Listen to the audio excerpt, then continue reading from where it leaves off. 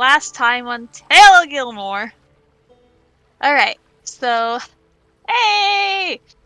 So, we, entered the tense, you know, negotiation with Fuji and Yamane, two very, uh, hickey lads, and one less, the usual.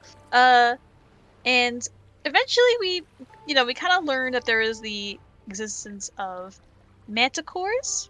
We learned that Or, well, the Order of the there Manticore. the order of the manticore. Oh, okay. They basically told us to steer clear of Did they tell us to steer clear of Panshan or like the area to the southeast? I forget. It's one of those. Um,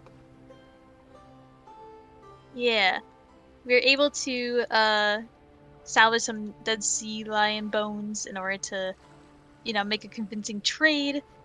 We actually get a really handy map of the uh Tengu Tetrahedron here, and yeah, eventually make our way back to the ship in order to uh search the rest of the island and see that area that we skipped. So at night, Masoka contacts Sakane with her dream magic, and we learn that uh he's essentially trapped in this strange, like it's very similar to Jakku, where it seems like something's keeping him in a kind of catatonic state. Uh, we're unable to really get a good location on where he is until Musoka's forced to leave the area, or leave the dream. Then eventually, we're able to uh, anchor off onto the southeastern coast, uh, and we learn that on the southeast coast there is a beautiful beach with just a lot of just hippie motherfuckers. They're fishermen, musicians, like high as fuck boys, and we learn that actually Emiko Yi used kind of like took refuge there for a little bit before heading down to uh oh starts with an R. Rayori, sorry. Yeah. Um we also learned that there is we actually learned this from the Hicks, but we learned that there are pirates in the middle um of the island, and when we investigated after visiting the southeastern coast, we found out that there is a whole there's a whole apparently like there's a terracotta army essentially waiting, lying, and you know scheming. Not scheming. They're probably in a kind of catatonic state. But that seems to be what the pirates in the middle of the island are looking for, which is interesting. But either way, Yeah, you found some sort of cryptic knowledge on an old ruin about some hidden city somewhere on the island. yeah, essentially. And also, uh, yeah, we learned that there's a girl called Akiko at the old resident of Amiko Yi's like little house. Um, and eventually, after getting some thick ass gnarly surfing lessons that the wizards totally failed at, we eventually made it back to the boat, and we headed out. And not before Shiruku actually bought some drugs to see if he could try his best to fall asleep. Trying to think, what else is there? Oh yeah, so we go searching for this basically the ship, and we eventually find the like floating village of I'm sorry, name. Oh, it was referred to as Perkuma. It was also Kurkuma, called the okay. Meliari village. Yeah, so I was looking for the village. We found the village and we had Peyton fly over to get a decent look. We kind of, there's one issue where he got a little too close to the ground, and Guy actually just, took a pot shot at the strange eagle that was circling the island, and Peyton turned into a human, and then they saw that he was a human, and then he had to turn back to escape the onslaught of people. And we kind of that was kind of a close call, but we better be careful if we ever uh go to that area because those guards probably talked about a strange wizard that was seen. And yeah, eventually after going to bed, Wisoka was able to contact Emiko Yi. We learned that like she's been there for a while, obviously looking for uh, Sayaka, and we essentially tell each other that we're trying to save Liu and we want to save Sayaka at the same time. Therefore, we should try to like do this together and meet up uh, somewhere on Rayori. She told us to go to the port district. Try to disguise ourselves as fishermen, and we can finally meet up. And here we are. Sorry if I was a little scuffed. Oh no, that's A-okay. No, you. So, you find yourselves preparing yourselves, going out onto the deck of a new morning. Contrast to the relatively sunny days you've had since you made your way past the storm. Today it's overcast. There's a clammy chill on the air, and you feel like you're not quite certain, the faint hint of something, some kind of an acrid smell, almost a smell of decay, perhaps some distant whale carcass floating on the waves, not something you can see anywhere close to you, though. You know the direction of the Meliari village, and you've all woken up early, gotten an early start. As you assemble, preparing whatever method you'll employ to get closer, knowing that you were warned against approaching it in a clearly large and very possibly military vessel like Setya's Courage, you hear something very faint. You're not even sure if you really hear it or if you're just hearing the faint creaking, slamming of boards underneath. These drums, distant, kind of arrhythmic. Oh shit. And they kind of fade in and out.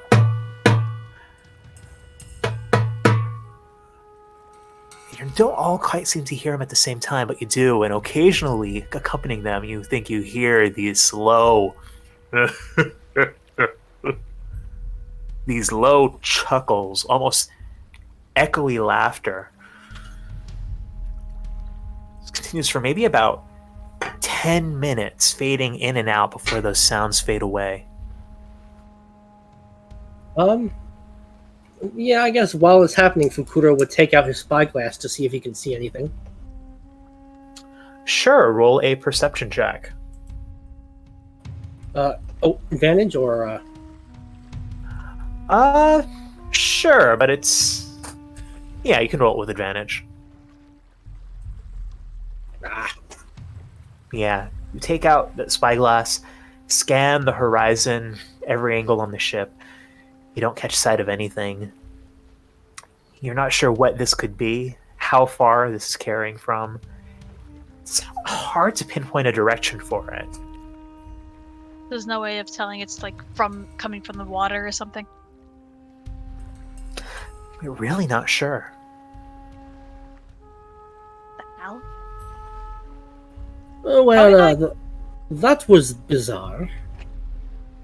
Probably not a good sign. We should probably get ready to move the boat.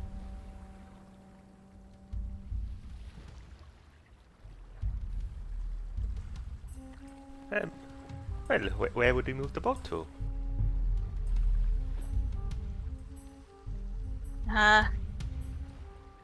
Anywhere that's not around the strange drumming and laughter, I suppose. Besides, we're... Besides, we should try to meet up with Amiko Yi, so... Well, I believe the plan there is to take the skiff. It will take a little while to row out there, but, well, the first things first, I guess we need to think about what we need to do when we arrive. What kind of disguises we need. Wait, real fast, DM question. Yes. Amiko basically told us to meet, not at Perkruma, but at a...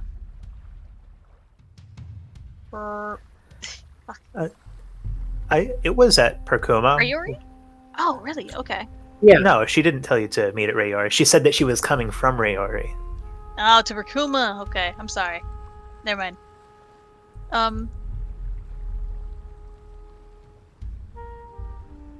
She told us to Yeah. to go there disguised as under the guise of fishermen or whatever, and then at some point in the after around noon, was it? She said that she would be getting in around midday, and that once you had gotten your way into the village, to message her. Have someone contact her psychically, so that they could set up a... So for now, I suppose we can... would you say that we have our, like, pedestrian clothes from Honto? Sure. You can see you have your peasant smoke clothes. Well, we have those peasant clothes from Honto, so we could use that and disguise ourselves as fishermen. We just, I think we should use this morning to go fishing. So do we want to go as fishermen or as, well, they did mention going as arms dealers or chi traders. We do have chi for the boat, and we have no short supply of weapons, especially interesting kinds.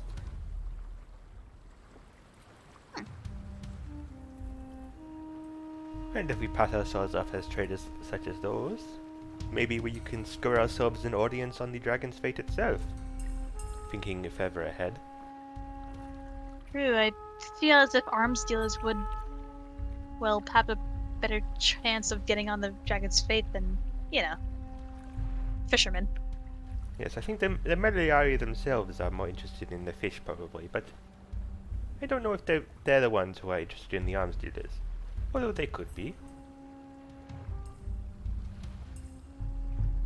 We look at our weapon supplies and see what's good to bring along. Well, I guess between our artificers we have a lot of different things. Yeah, definitely. Yeah, as for the ship's crew weapons, most of your crew have crossbows, guandao, or scimitars, though you also have, let me double check for the ship. Setya's Courage has a ballista and a static cannon mounted on the deck. Do we know if static cannons are they're new, experimental, right? Like the rest of our stuff? Yeah, created at North Base. Yeah, a lot of the stuff that Fukuro and Bijutsu have is experimental static engine stuff. Yes. So maybe it's not a good idea to, What? to put those up for sale because, how did these people have static engines? Well, right? I think, we should probably not put anything up for sale, I guess. I think maybe we should maybe present it like we're doing a trade show of some sort. where these are just examples of what we are selling, and you can order it rather than actually sell anything we actually have. Say, oh yes. Ah. I was thinking of having Fukuro, like you would say that Fukuro was like a hired guard and he was using some of the experimental weapons. Oh, yes. Okay. That could work. So, well, Gielinor can apparently be a bike. We can say, oh yes, this is our new bike. A new bike model. The Suck 3000. No.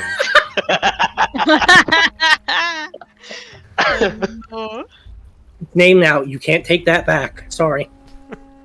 Damn Oh it. dear. I shouldn't have said that. Oh, you know, maybe I'll offer you a better one. Suckatron. That's worse. Suckatron 3000. Suckatron 3000 it is. But yes, Jin can be one of our products, and we can get all our different chi technology and present them as examples of what we are working on. Just say, oh yes, we're looking for investors or looking for orders on this.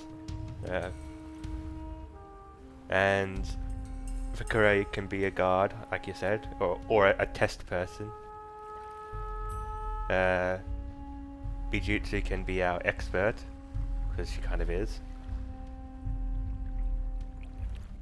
Any ideas for Peyton? Did we? I mean, he kind of got caught. So shouldn't we just like disguise him?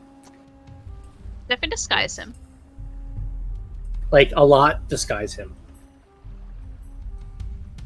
Oh yeah. Any of you guys have proficiency in a disguise kit? Do you have to ask? I'm Shiruku. I'm more wondering if anyone else had it too. I do not.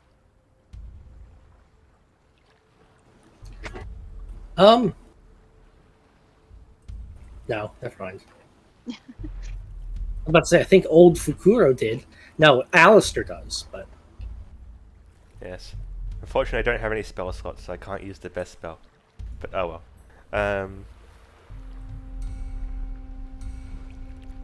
Well, maybe I don't think we should try and disguise Peyton as an Easterner, because that's No. probably easily seen through. Yeah, more just change his face somehow. You know, like he doesn't have to be anyone crazy. Just yeah, dress him as not a wizard. not a wizard. So, do any of you guys think that you have some kind of a skill or tool proficiency that would help in disguising Peyton, or no? I mean, is Shiruku not able to use it? No, he is. Just I'm asking Okay. for you guys, since you're, it seems that Mosoka and Fukuro are offering their advice. Something. No, not really. I don't have any proficiencies. In Well, there is actually something, but it's a worsened idea. it. Okay, moving on. Okay. Oh, come on. Go ahead. What is it? Okay, so it might be limiting to his whole ideas, but in theory, Peyton could just be, dragged inside a bedroll on top of Jin, saying like, "Oh, he's the experimental, rider, but he has to be strapped to him in order for it to work."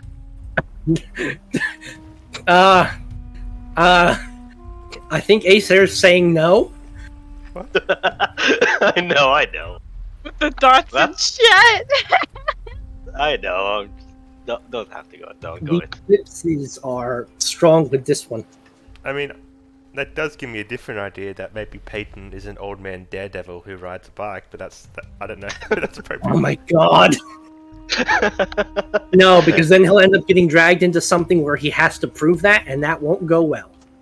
Or it Yeah, would go no. also. I'm just. But I mean, the other idea is just shoving him into a bedroll. So no. Oh. I have an idea.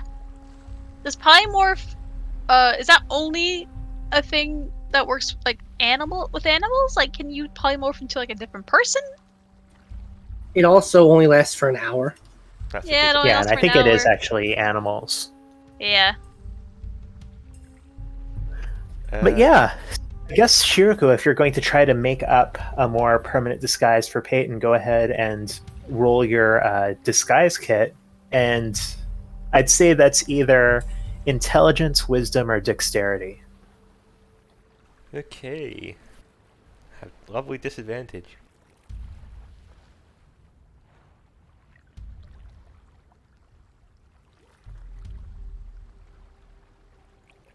Woo.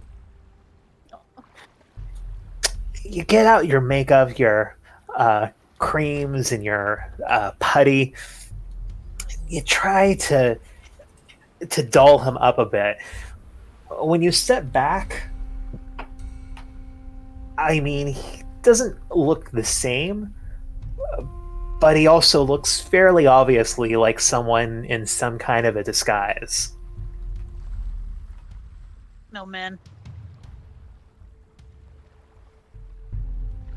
Well, I am not at the top of my game right now.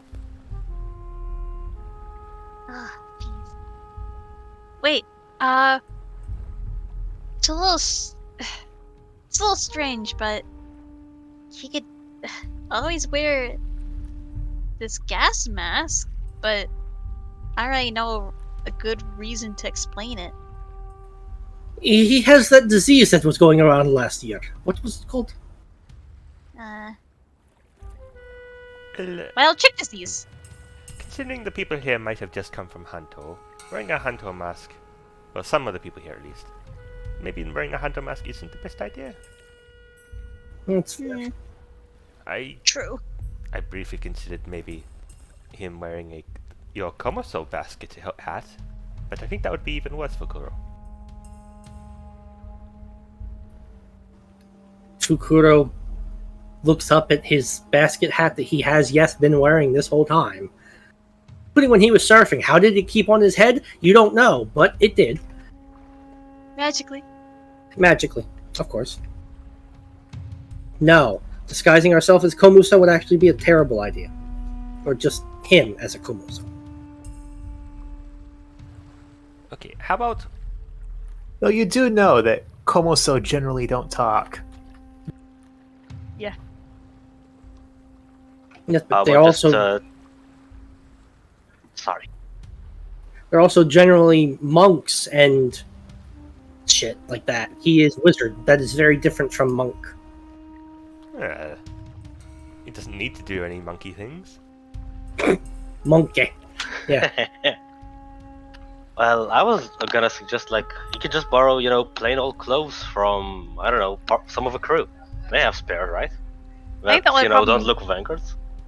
Yeah. The only problem is, they saw his face. Maybe if we did his Shave? hair and beard a little different.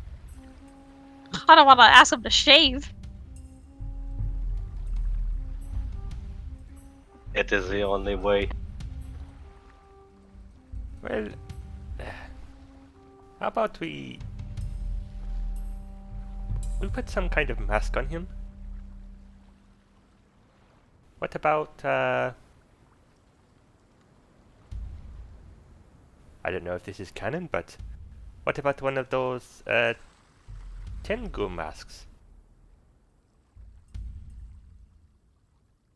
This is the Tengu masks are canon. This is the Tengu Tetrahedron after all. What if Considered offensive. It might be considered offensive. We could say Well- he is a vivid practitioner of the Tengu philosophy. And well, if we're arms salesmen, we could always say that it's very believable that he's wearing a mask to draw attention. Now that you say that, it does sound like we're trying to draw attention, and I don't like that. Because the whole point is that we're trying to be on there in disguise, but we're also going to be trying to, sneak away to have a meeting with someone. Right. Well, we want to draw attention to Peyton, but away from the fact that people have seen him before and that he is a Westerner. That is the thing.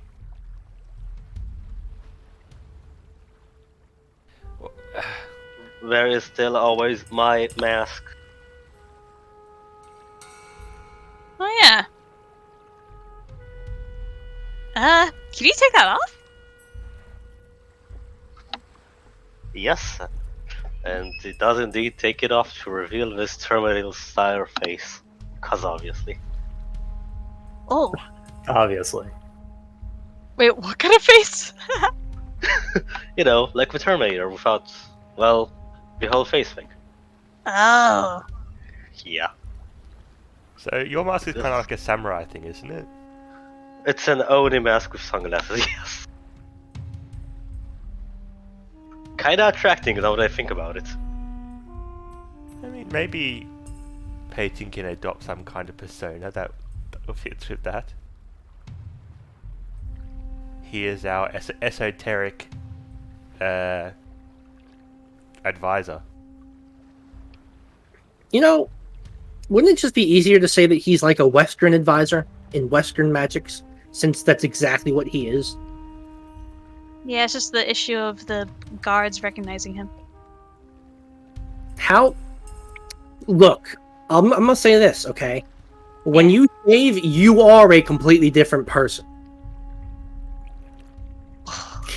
Can That is confirm. true. Can That confirm. is indeed true. Oh, I wish Acer didn't DC because we need him in here Yeah. for this This conversation.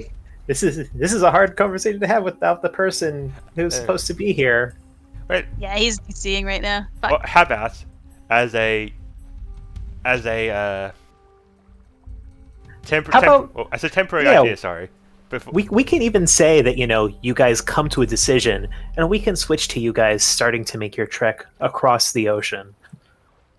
Okay, maybe we can like figure it out later. Like, we'll say, oh, we this can is what we did. retroactively say what you guys figured out when Acer comes Okay. back.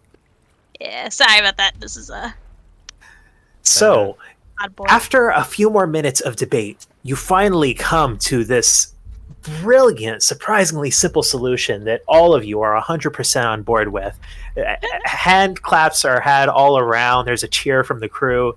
Peyton is beaming at all of you from this fantastic plan you pulled out at the last minute. As you guys plan, you are lowering the skiff into the water, and you are going to be rowing that out to Procoma. Yes, I'm just keeping my eye out for whatever was making that strange drumming noise in the morning. Yeah, it's faded, and since then, there's no more sign of it. So you guys are taking your own weapons. You're taking Jin. Did you say that you're taking the static cannon off of the ship, or no? How heavy is it? yeah, that.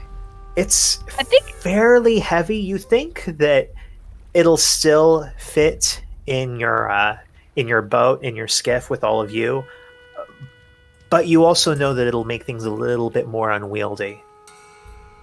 Wouldn't it just say leave it be easier to behind. take a handful of crossbows and present that? Well, that's our static engine thing is the problem. Like, we are trying to come off as weapon dealers who deal in weapons using chi powered, Right. you know. How about we? Well, we did establish last time, I think, that there's some just chi jars around. How we take Yeah. 5 or 6 of those just to look Right. more legitimate. As Yeah, I decoration. imagine that those chi jars are pretty big. I imagine they're like, what would be a good analogy? Like, I don't know, the size of a medium dog. That's a weird analogy, but so yeah, 5 or 6 might be a little much, but 2 or 3 you can probably take very easily. Yeah.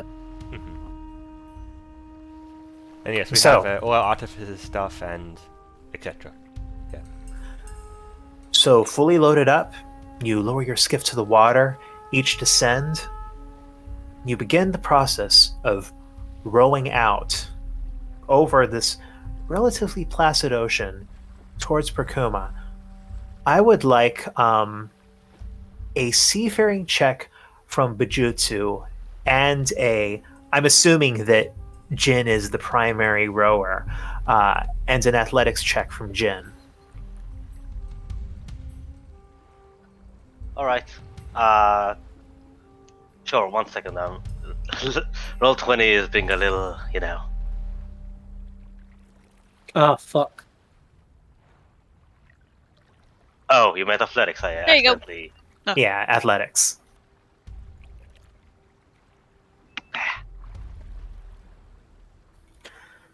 So, slap of the oars on the water. First hour goes by. Jin, with your not human constitution, you're a robotic engine. You're able to keep going. Bajutsu sort of guiding the rest of you as you help with the rowing where you can. It's into the second hour that Fukuro, you notice something. A few silhouettes up in the sky. It's kind of hard to catch sight of them. They kind of fade in and out of where you can see because of the general overcastness. See that they kind of appear to disappear and reappear in the clouds.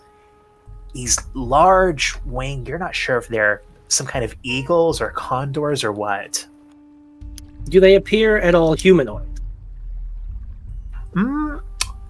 Make a perception check.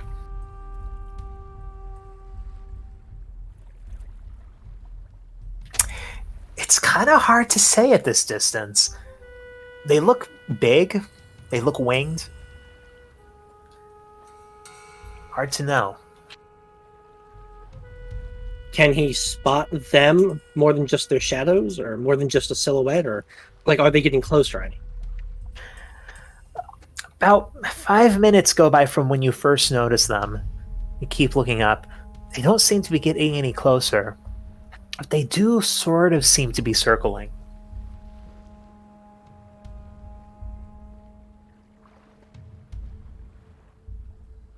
Oh yeah, I think Fukuro kind of taps somebody on the shoulder, whoever's closest, I guess, and points up. Yeah.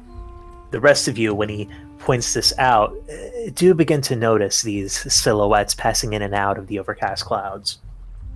They're just silhouettes. Were we able to see that they're like?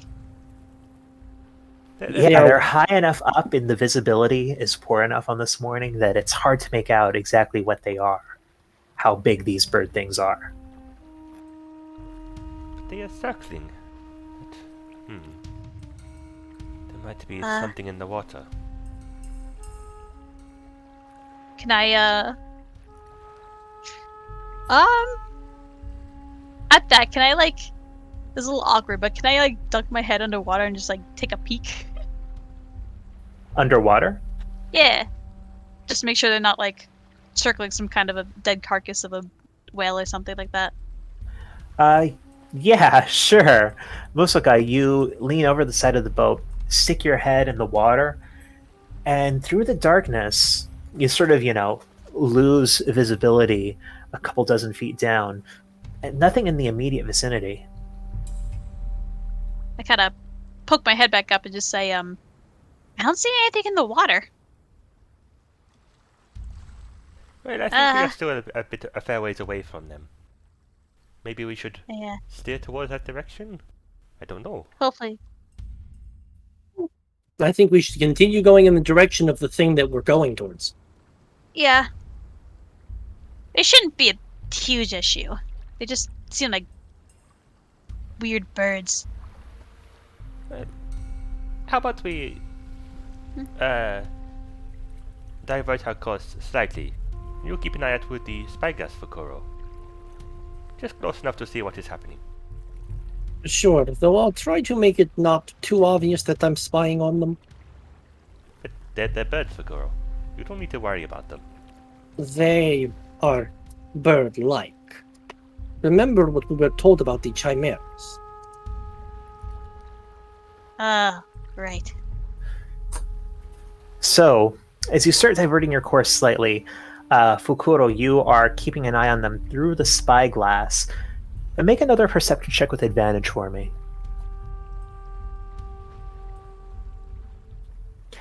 Yeah, you try to spot them through the spyglass.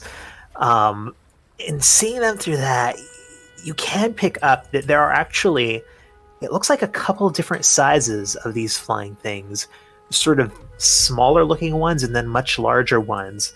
But it's still too distant, the visibility too poor to make out any details.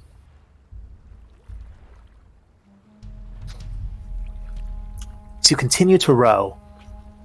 Maybe another 20 minutes. Never go away. But at this point, it seems like the tides are shifting a little bit. Like the water is starting to get a little bit choppier. And you can also see a couple of spots of blue starting to come through the cloud cover, a little less overcast. As you are sort of holding onto the boat, Jin and Bijutsu really concentrating on keeping your skiff level in these growing waves. That is when, Fukuro, you notice one of these large ones seeming to get closer, seeming to go into what looks like a dive towards your boat. Jinroi, prepare defensive protocols. Beep. You're not in bike form, you're rowing. Apologies. Instinctive response was made. Regardless, units shall remain defensive at all times. I have a question. Yes. Okay, so I'm thinking of using mirror image for this, right? Okay. But does mirror image only work for one person, or can it work for like the boat itself? Like, can I make It's like only for two you. boats? So okay, never mind. Yeah. Do you see the range that says self? Well, You are not a boat, Julia. I'm not a boat. You must become Yeah. one with the boat. Not today. But okay. I'm just kind of preparing for this thing to try to yeet us. I have like my ray of frost ready. So as this thing is zooming, kind of going into a dive out of the sky towards you, it passes out of that overcast area into one of the few rays of sunlight, shedding down almost like god rays through these few pockets of blue. And that is when you first catch sight of this thing. You can see it has this wild, matted looking mane flailing behind a head that has kind of this half visor helmet. You can see odd barding on its shoulders, on its back, its arms, claws extended, its legs sort of vaguely humanoid going behind it, as well as this long tail with these stingers on it. Its mouth is open, this slavering expression. You realize it is a chimera, one of these legendary beasts said to once control one of the greatest empires in all of the Wushankos. But this does not seem like an intelligent creature. It seems savage. As it goes on a dive towards you, it, at the last minute, kind of starts to go into a tumble, and then as you see its segmented tail flail out towards you, it has these spikes that suddenly it manages to fire them off towards you on the boat, and it is going to aim them. I'm going to say the first one towards Musoka, the second one towards Fukuro, and the third one towards Bijutsu. So number 1, that's towards Musoka. Number 2 towards Fukuro. And number 3 towards Bijutsu. Wow. That was also a nat 1. Well, it misses Bijutsu. Yeah. All right, Mrs. Bijutsu, but I think a 19 hits Musoka, doesn't it? It does, yeah. All right, make a Constitution saving throw for me. Okay, here. Oop. Yeah, so you take that full 24 points of damage as a spike. You watch as one of these kind of chitinous, almost spirally like spikes, bam, hits Musaka right in the shoulder. And as she pulls it out, you see the sticky venom dripping from it, this kind of very dark orange, and you feel yourself weaken, Musaka. Then you hear this clanging as you watch as these two more figures, smaller, more humanoid, are kind of holding up these, it looks like their claws, and kind of raking them against their armor. As they fly down towards you, you can see that they actually look like tiger riders wearing these elaborate, best word for it is exoskeleton. This combination of leather straps and metal studs and these wide metal and leather wings that they seem to be able to glide on somehow, as they are joining this much larger creature that seems to be under their command towards you. What are all of you doing? Ah, yes, I would like to go over to Musaka and kind of have one hand to basically in front of her, saying, "Hold behind myself. If you require healing, then please request so." Yes, please. And well, quickly, if possible, just put a little defibrillator for cure wounds onto our lovely, lovely Musaka for And an 8. thank you. And after he does that, can I do something? Sure. So how low to the ground, or the ground? How long to the sea is this manticore right now? Oh, right now, I'd say it's probably about 10 feet above you. And I'm just going to go ahead and put all of you guys on this janky little boat outline that I drew right here. You can reposition yourself on there if you like. And yeah, this manticore kind of zoomed in, got you, and didn't even get fully within range of you. So it's, up here actually probably about 15 feet above the surface of the water. And you see that these two other figures are zooming down towards you, but they currently they're a bit further away, like maybe about 50 feet up. Okay. I would like to cast Control Water, and I'm gonna try my best to make sort of like this wave, not a wave, but like a almost like a pillar of water to catch the manticore and try to sink into the water, Oh, Can I do that? interesting. Let's see. Flood, 20-foot tall wave. So that's the one you're doing, right? Yeah. Okay. And it travels from one side of the area to the other. Any huge or smaller vehicles? So here's what I'm going to do. I'm going to go ahead and have it make a strength saving throw against your spell DC. Okay.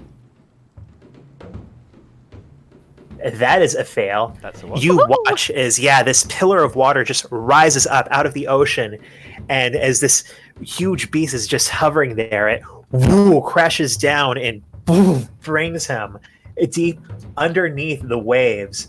How far does it say that can move a vehicle? Because we're sort of homebrewing this.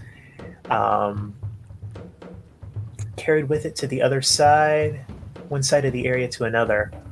100 feet. Dang. So this thing is just, and you just lose sight of it as it's pulled. Yeah, I said it was about 15 feet up in the air. So as it's pulled 85 feet underwater. Bye-bye.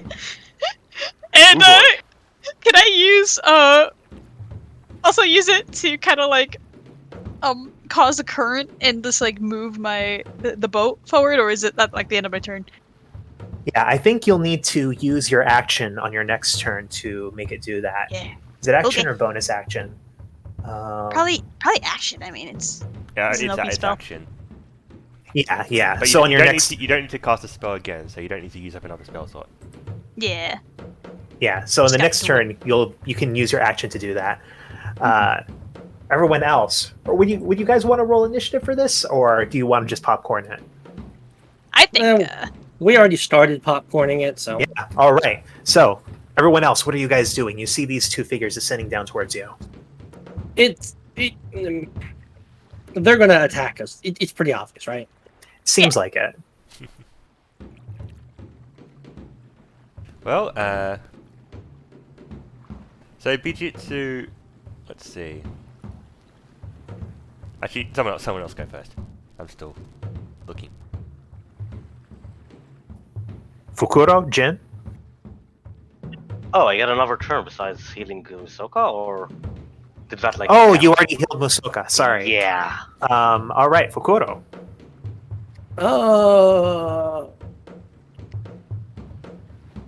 Shoot it with the bow.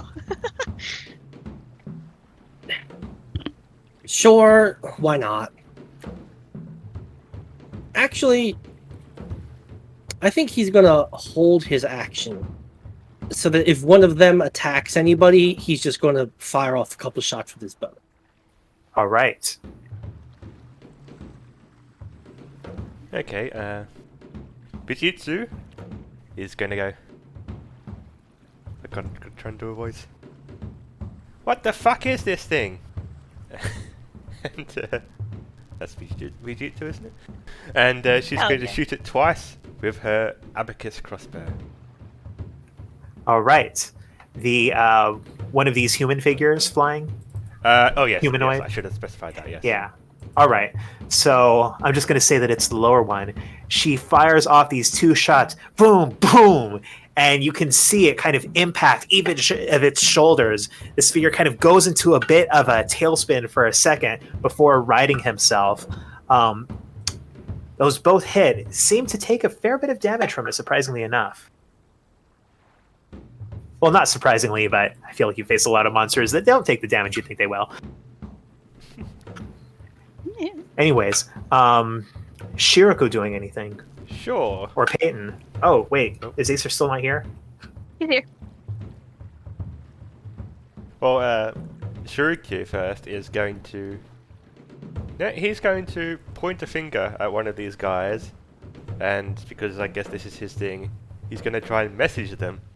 And he's one of the flying tiger riders, and he's going to say, "If you do not wish to see your manticore dead, I suggest you back off." That's my turn. All right. So you send that, and it can reply to you. You get this reply. This is only a beast. We have stables of them. We've come to relieve you of what you have brought here. Then Peyton. Hey, Julia, do you want control of Peyton? Sure. All right, 1 second. Where are you? Night channel.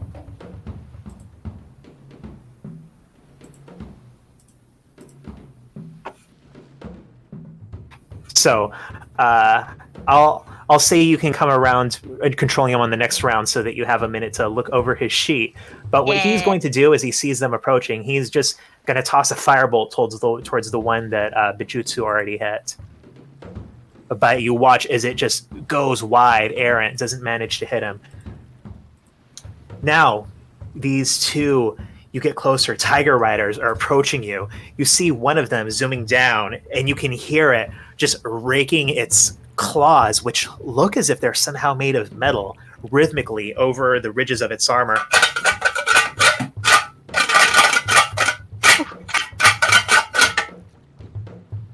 I don't know why I'm doing sound effects this time. I like it. Good. But yeah, as he rakes his claws over and then descends down towards you, he's going to go for Bajutsu, who's the one who managed to actually wound him. He swings down towards her, both claws outstretched, and he's just going to make 2 attacks on her.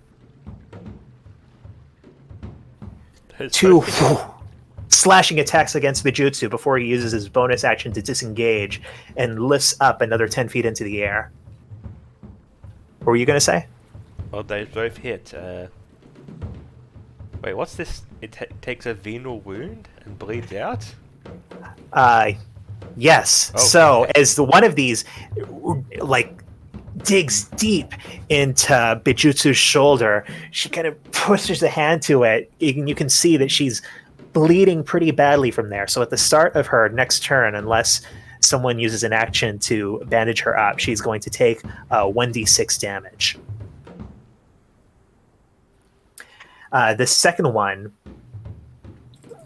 sort of does a little bit of a circle before he starts to approach, and it seems to take more interest in Peyton. He extends out, and now you can see there is like this mechanical tail, and it's much more evident that this odd exoskeleton they're wearing is somehow styled after this savage chimera.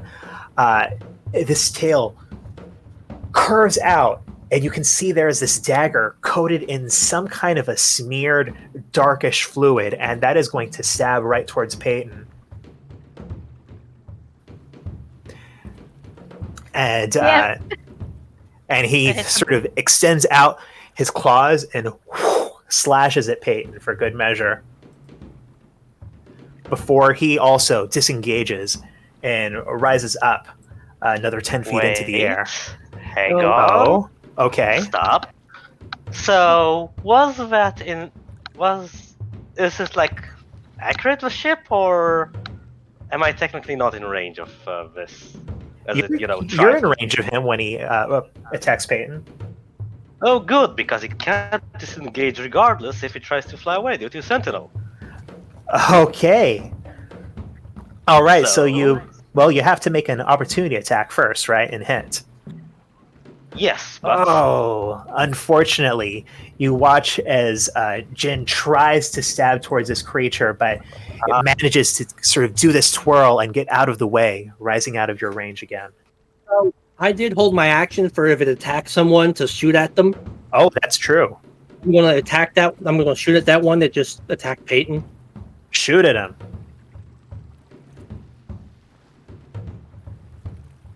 Those both hit. I'll add a little bit more onto that just because I can. Grasping arrows. So now his speed is reduced by 10 feet. Every time he moves 1 foot or more, he takes 2d6 slashing damage. Okay, all right. So as he sort of tries to zoom back up, these chi bolts that you fired at him, they kind of extend out for a second into these ephemeral bonds, and you see that he's kind of struggling against the exoskeleton now. Meanwhile, you hear bubbles off to your right as this chimera is trying to swim its way up from the depths, but using its full movement and action to swim, it still doesn't manage to reach the surface. Okay, back to you guys. Yeah, how fun would it be just to keep the manticore down there? Don't you think? I'd say so. But the thing is, like, I don't think it could swim that fast. So, if I were to just like speedboat away for 1 turn, I think we could get enough distance for like this thing to be away from us for like a good, like 2 or 3 turns. You know? Well, I don't know. Can you push it further down with water? Yeah, why not? Yeah, I could definitely do that. So, I guess it's worth like pushing it down further so it doesn't have a chance to like catch up. Therefore, I will. So you're going to use the control water to push the chimera another 100 feet down? I'm gonna give this thing the bends, but yes. All right, let me make another strength check for it. Kind of feel bad. Yeah. Aww. You watch as you can sort of start to see its form under the water, and then it just boop, boop, boop, boop, boop, gets pushed further down. Kind of feel bad. It's just poor guy. But yeah, either way, that's what she does on her turn. I don't have much for my bonus action. I think I'm good. All right, the rest of you.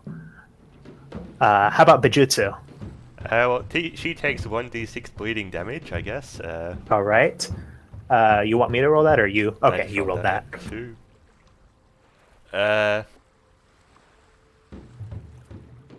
And I guess, I think I'm going to use the abacus again. And yeah, trying to shoot at the one that just attacked her because she's annoyed at it, angry at it. All right. Second one manages to hit. You hear a ping as some kind of a mechanical something starts to sort of glitch. You hear something come undone, kind of a creaking sound as its wing sort of is hobble before it manages to get itself upright again, but it's looking pretty hurt already.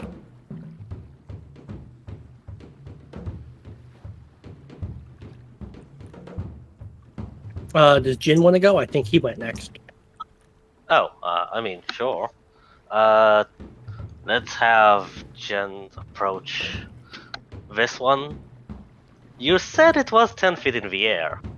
However, the lance has a reach. Oh, okay. Yeah, it does. So let's poke it out of the air. Sadly, Sentinel doesn't apply to normal attacks, but whatever. Still, 2 attacks. Poke. And a poke. Yeah, that first one manages to hit it. And you know what? Let's add a smite to it, because I want to do Fellet. Because why the heck not? Ooh. All right. So as you add this smite onto it, suddenly it seemed to hit it right underneath, like where the wing is attached to the shoulder.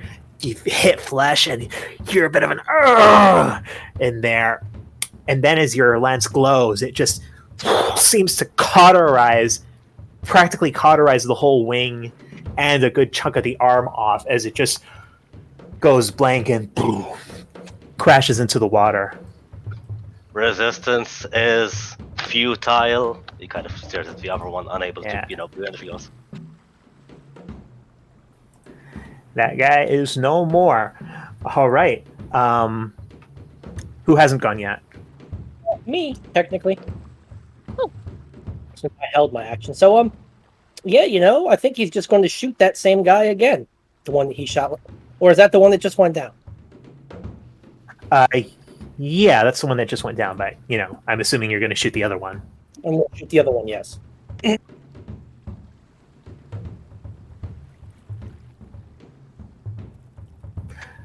Okay, yeah, that first shot manages to hit. And Fukuto just fires off a couple shots of pure force with magical force, and one of them goes over his shoulder, I guess, but the other one catches him, boop, right on the chest. Yeah, right on the chest. Again, you hear a bit of a mechanical whirring from the wings. Manages to right himself again. Okay, so I guess Shuriku is going to... I think he's going to attempt to talk to it again. So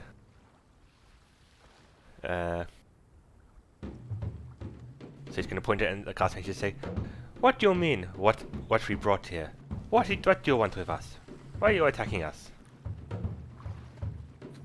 It sort of grits, and you can hear his voice in your mind. You took one of us down. There are more watching above. Now you'll pay. We want the chi. We spotted it from above. And as you're looking at his sort of grim expression, sort of grimacing with the pain, he looks down to the set of faintly glowing blue jars in your boat. Uh-oh.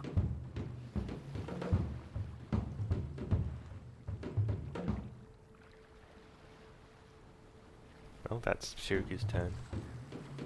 And is Peyton doing anything? Can you hear me? You're there! Yes. Can I shoot a lightning bolt at the Chimera? You can.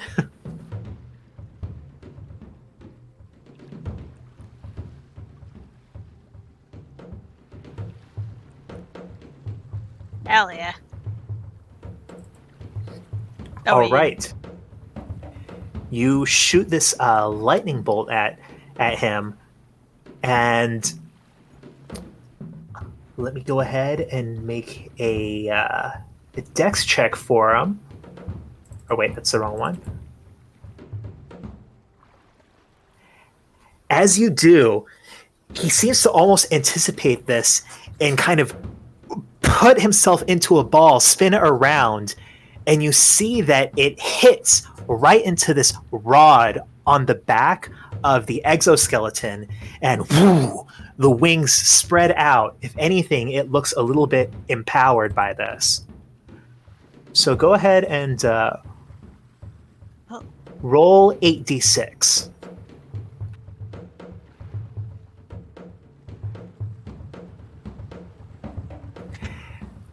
Yeah, you can see that suddenly this, as he gets a little bit more lift, his exoskeleton looks a little bit more robust.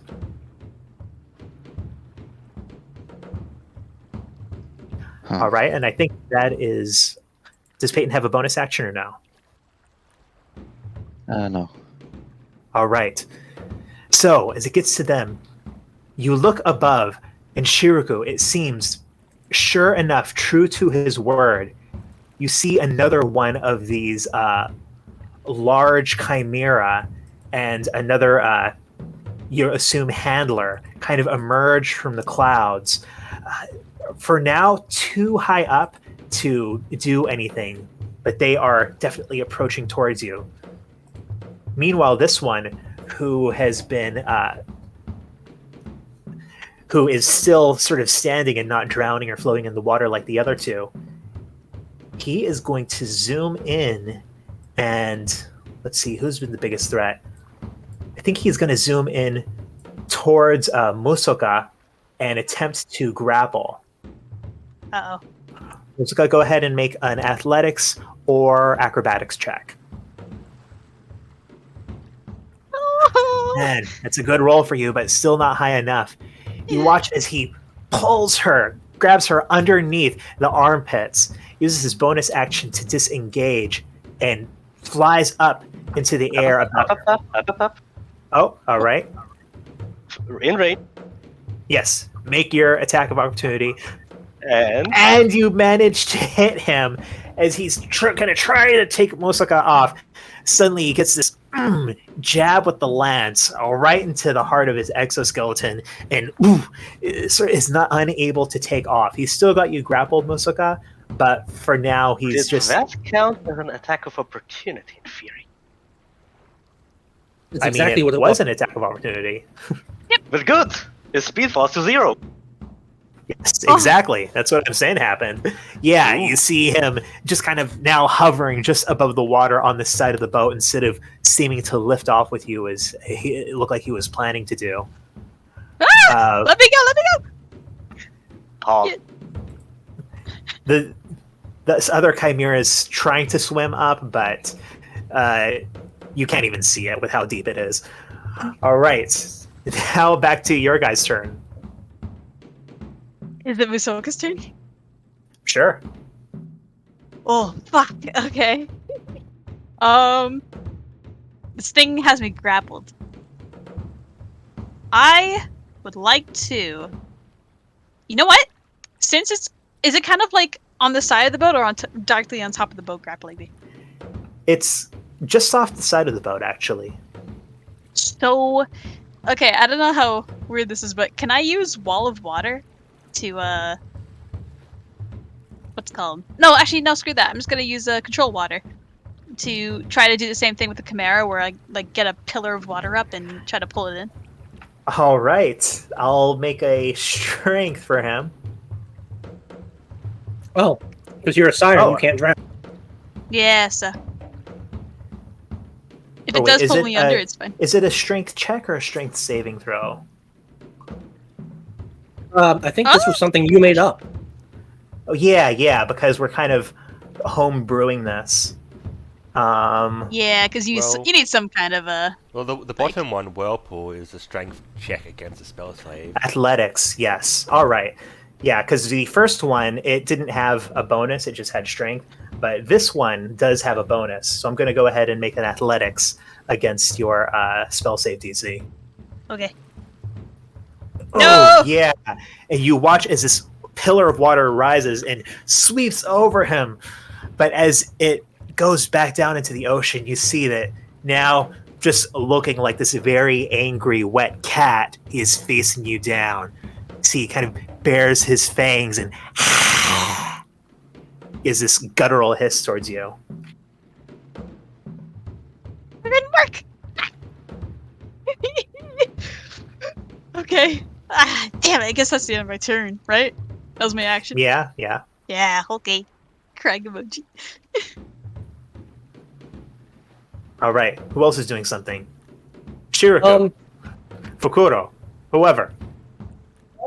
Would I be able to hypothetically switch places with Peyton, say? Yeah, sure. Alright, cool. Though, would he get an attack of opportunity on Peyton? I wouldn't do that too because he's he got got a hit. reach attack. I think he would get an attack of opportunity against Peyton if you change places with him. If he has a reach Goes- attack, technically he's not leaving his range, right? I guess it's kind of weird because, we're sort of three-dimensional here. He's kind of hovering sort of over but beside you. He's also pretty preoccupied with like grappling me. What'd you say? Yeah, but he'd still get that attack. I'll tell you this. Yeah. He'll get that attack, but he'll make it at disadvantage I mean, if you change places with Peyton. I'm basically just trying to get Fukuro in melee range and Peyton out of melee range for this guy. I mean, so. you can sort of get into Peyton's range just for your attack. Yeah, that's kind of just what I wanted to do. Yeah, so you kind of lean into Peyton's space to make a melee attack. Indeed, I do. So, yeah, that's what he's going to do this time around. Instead, pulls out his katana and You try to swipe twice at him, but even kind of partially restrained, not restrained, but partially incapacitated by Jin's action, still manages to dip and dart out of the way. what about the pistol? All right. And then you fire a pistol. And what does it look like as you dispatch the last of this first wave of attackers? Fukuro's 2 swipes miss, but just as the guy's like, "Ha, you missed," he realizes Fukuro pulled out a gun with his left hand, and then just kind of shoots him in the face. Boom! Mosaka, you feel a little bit of copper in your mouth as this wound just hits you, splatters you in the face. That grip on you goes slack, and these iron-tipped claws go loose on you as he falls backwards into the water. Sorry that took so long, Usuka. Didn't mean to scare you. Someone's blood got in my mouth. So, as it sort of floats on the water for a second before it sinks, or whatever it does, can Bijutsu walk over to the side and look at the exoskeleton as a fancy artificer and try and discern if it has a weak point of some kind? Sure. Does she have Tinker's proficiency? Yeah, make a Tinker's check. She has expertise, actually. Oh, nice. Ah! Oh, damn. As you sort of fish over this corpse that's still floating, looking over this sort of leather and mechanical exoskeleton, you can see that it's actually quite a remarkable feat of engineering. As you look it over, you can see that while much of the exterior parts of it are this sort of partially tarnished iron, there is this core on the back where that lightning rod was attached that has this worryingly complex, like nothing you've ever seen, assembly of some kind of an odd goldish green metal. And anything you've seen that has this level of complexity has had some kind of a semi-magical component in the form of a static engine. This seems like it is pure mechanics, this almost unworldly balance to it. You think that maybe, with a lot of effort, you could repurpose it and get it operable for yourself. But you kind of trying to fish it out, quickly put together that lightning, it has an ability to absorb lightning, which you've already seen before. You also think that it probably could be augmented with chi somehow.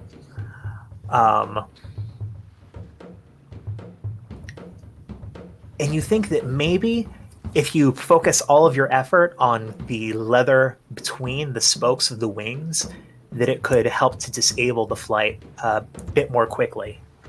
Though you also know that to do that, it would end up being a called shot. It would be harder to pinpoint that than it would be to just aim at this figure. I think Fukuro sees Bijutsu, looking at this thing and kind of turns towards her. Would you like me to try to get a live specimen, as it were, of that?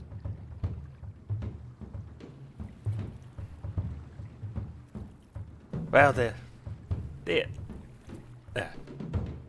the wings on this one aren't too broken. I can probably get them working again. But well, it's definitely not. It's not G. But I think if you attack the lever of the wings, that's the weakest point on it. Although, good luck hitting that. I've hit smaller targets from further away.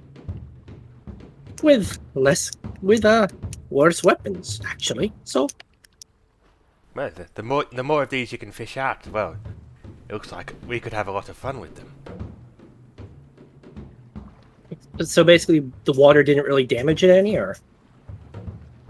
Yeah, it doesn't look like it. I mean, it looks like it would have a harder time flying, sodden as the leather is, but it doesn't look like it really damaged the mechanism. Cool.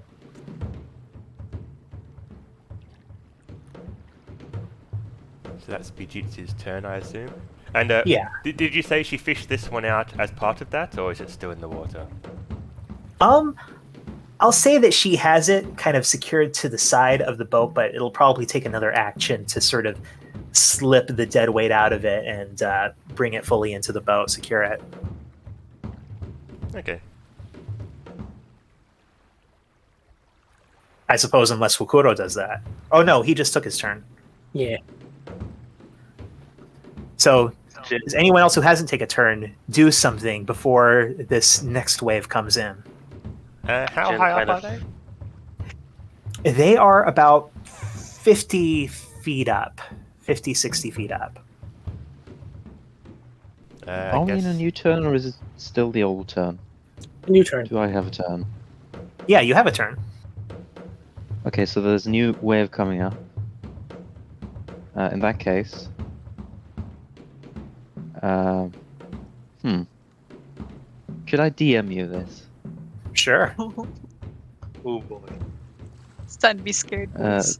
This is kind of a stupid thing, but I'll Peyton walks over to the tea containers, which I assume are in the back of the boat. Sure.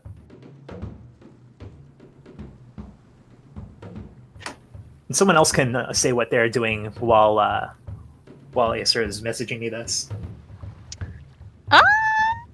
You This know is what? I think probably a bit too much for this spell, but I'll see.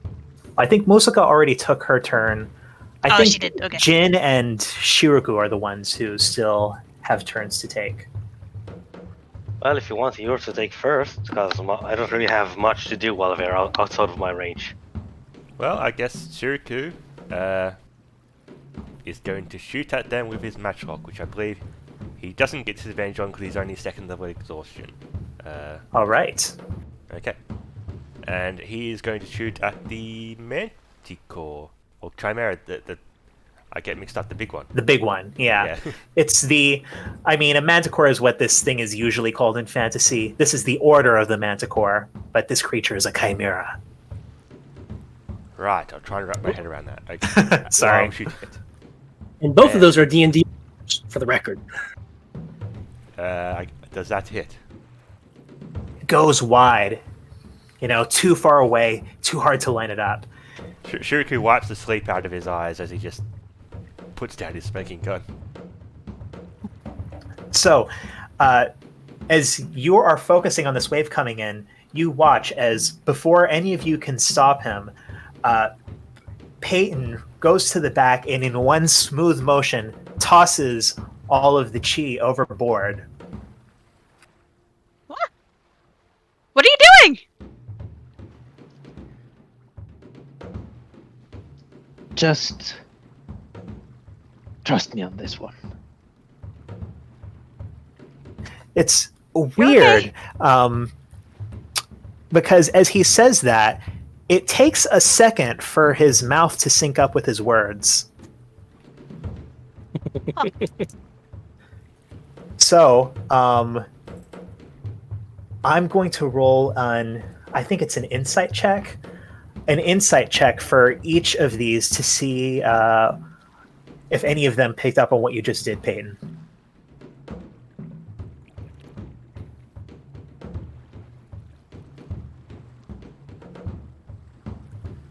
And this one's probably not going to be the one that gets it. No. You hear kind of this cry, this this angry cat, this from above as they continue to sweep down, as they kind of sweep over. I don't know if you've ever heard an angry cat.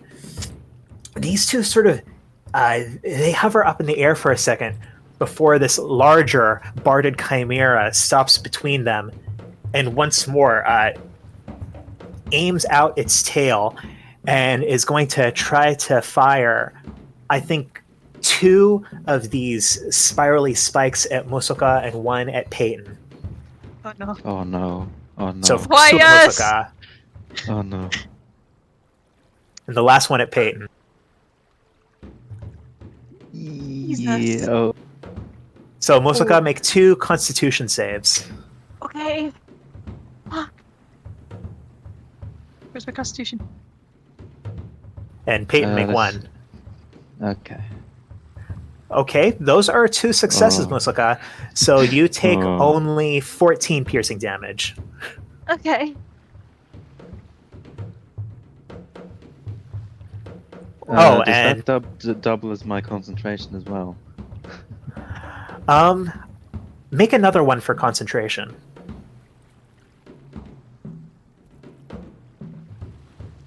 Well, the damage that actually caused it. This is kind of a weird one because, the damage breaks your concentration, but then there's an extra bit of damage after that breaks that. So it's... Oh, but it's half the damage you take anyway. Make an additional Constitution save as the poison damage comes in, Peyton. Sorry. Kind of a weird niche case. All right, you manage to maintain that even as you feel this poison start to pulse through you, as you take 23 points of damage. Is he good? He's the wizard. No. His HP is in the low single digits. Right. Meanwhile, watching this, finally these 2 tabaxi descend. One of them going for Musoka, one of them going for Shiruko.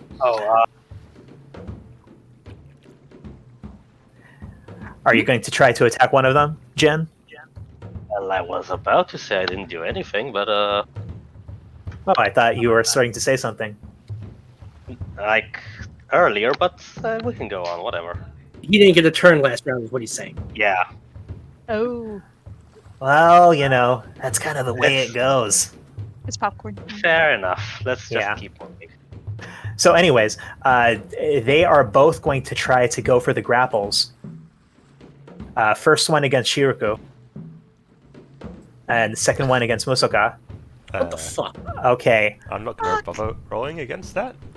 Yeah, I don't think either of you guys are capable of rolling high enough to resist these grapples. Roll to see if you get a nat 20. Just roll to see if you get a nat 20. Do I get a disadvantage on this, do I? No, I don't, do I? Oh, yeah, yes, I do.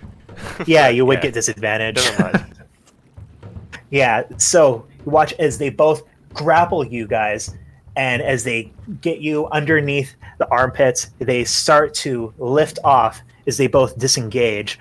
Well, I'm just gonna try and get the one that is grappling Fukuro, to not drag him away. Shiruku. You mean Shirika? Yes, the other important listener. Why don't you save the useful person? Well, I failed anyways. You're her baby.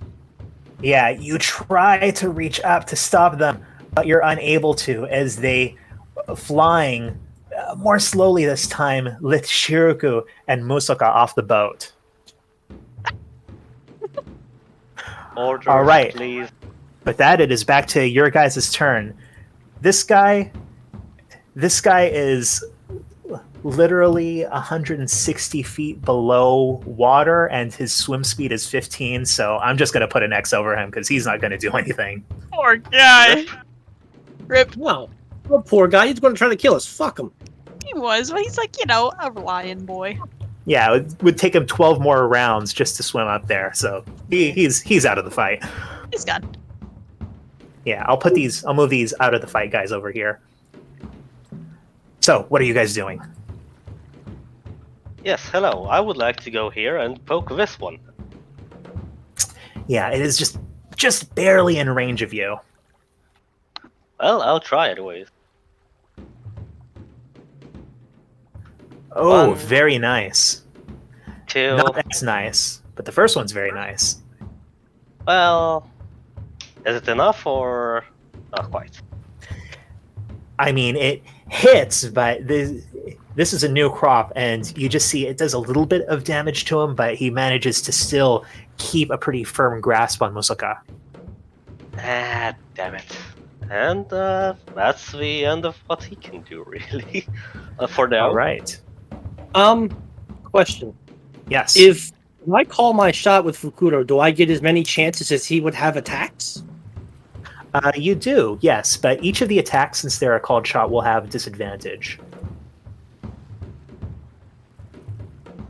Or Fukuro is going to try to take out that spot that Bijutsu mentioned. I guess we'll start with the one that has Shiruku. Sure.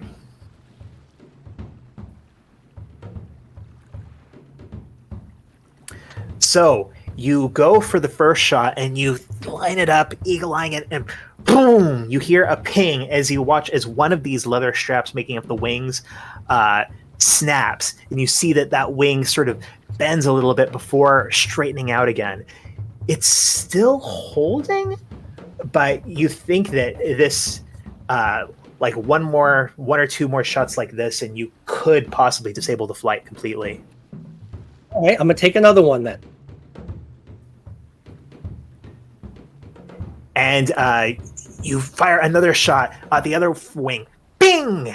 And this one also does a lot of damage to it. Still sort of holding, though. I'll tell you right now, the way I'm ruling is that you have disadvantage on these, but they do double damage. Okay, you know what? Fine then. We'll do it again. Ooh.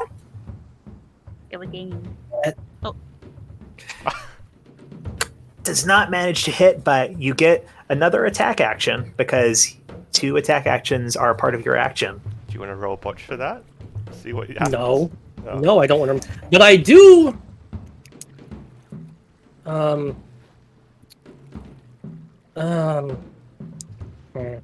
you want foresight for that last hit? Sure.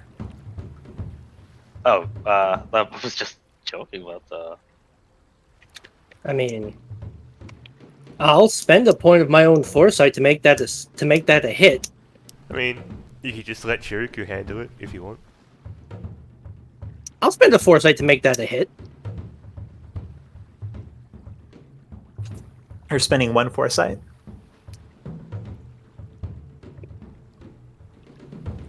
Plusing it by 3. Oh, wait, step here. All right, so you make that a 16, but unfortunately, it's not quite enough to hit.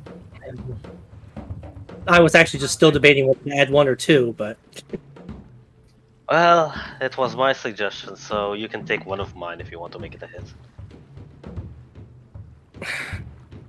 fine, we'll add 2. You don't have to. All right. Okay, so as you take this last shot, seeming to land up, boom, and you watch as these wings just kind of go haywire up in the air, and it seems to kind of grasp at him. Immediately, he lets go of Shiriku, who sort of splashes into the water, and he lifts up into the air, these wings sort of going haywire without him before it, whoo, smoke pouring from them.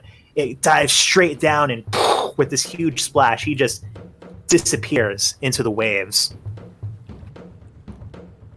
Ruko, you alright?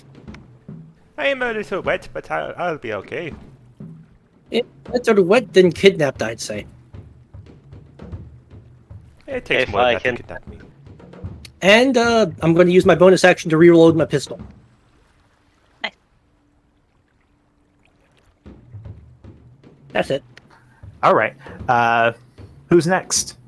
Peyton, Bujutsu, Shiriku, Musoka? And Musoka. So, okay, how high are we right now? Like how- You're only about 10 feet up right now. Ooh.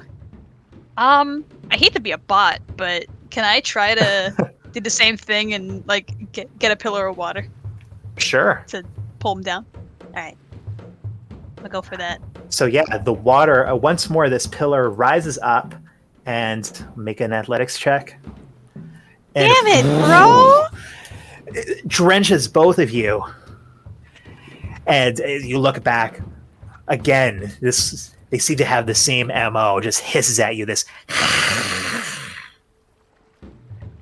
Oh, God. They have a +9 to athletics. Oh, they do, bro. Okay, I'm not gonna try that ever again. I'm Well, just what gonna. about the Chimera? Because it's in the same area. I mean, I just used my action, but I mean, Maybe- it It's doesn't within- get caught up. Within the 20 feet, right? is there like Well, is it more it's, concentrated because or Yeah. yeah, it's more concentrated, right? Yeah, like I wasn't expecting like Yeah, a, we're a kind of giant 20, like- custom. We're kind of home brewing this a little bit. This effect. Yeah, if I said kinda- if I were, I saw it I'll be as, like, fair. I was interpreting it as like a 10 by 10 by 20, like Yeah.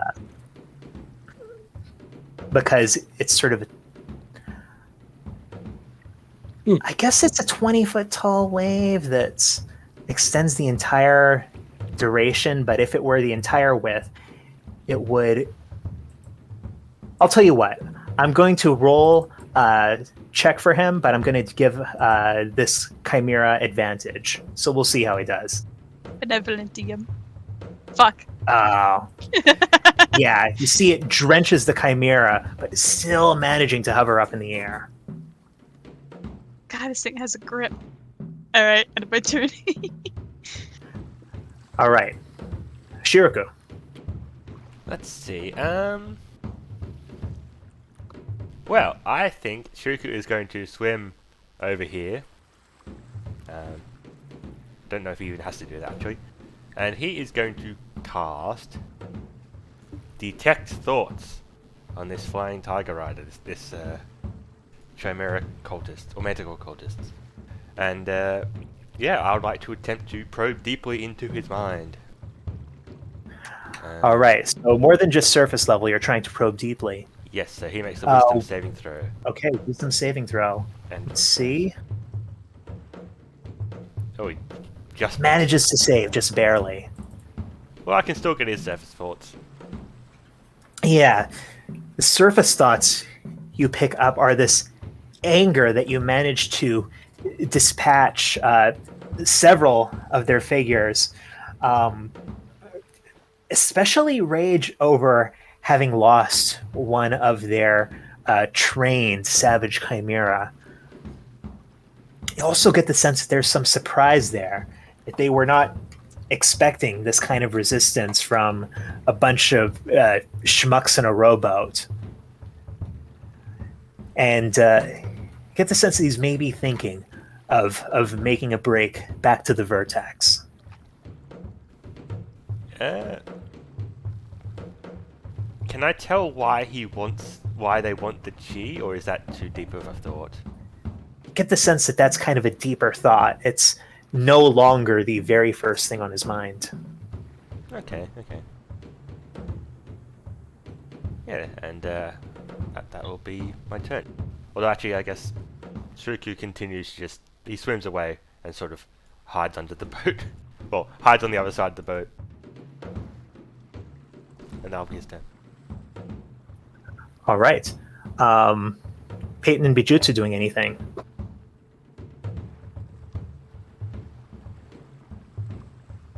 I guess Bijutsu is going to pull this mechanical contraption properly onto the boat. As previously. Yeah. Yeah. the wings. Hang on, I have to just. Okay, I have free movement over the boat. I think I'll just shoot the one that's. Wait. Yeah, I'll just shoot the big chimera with a firebolt, I guess. All right.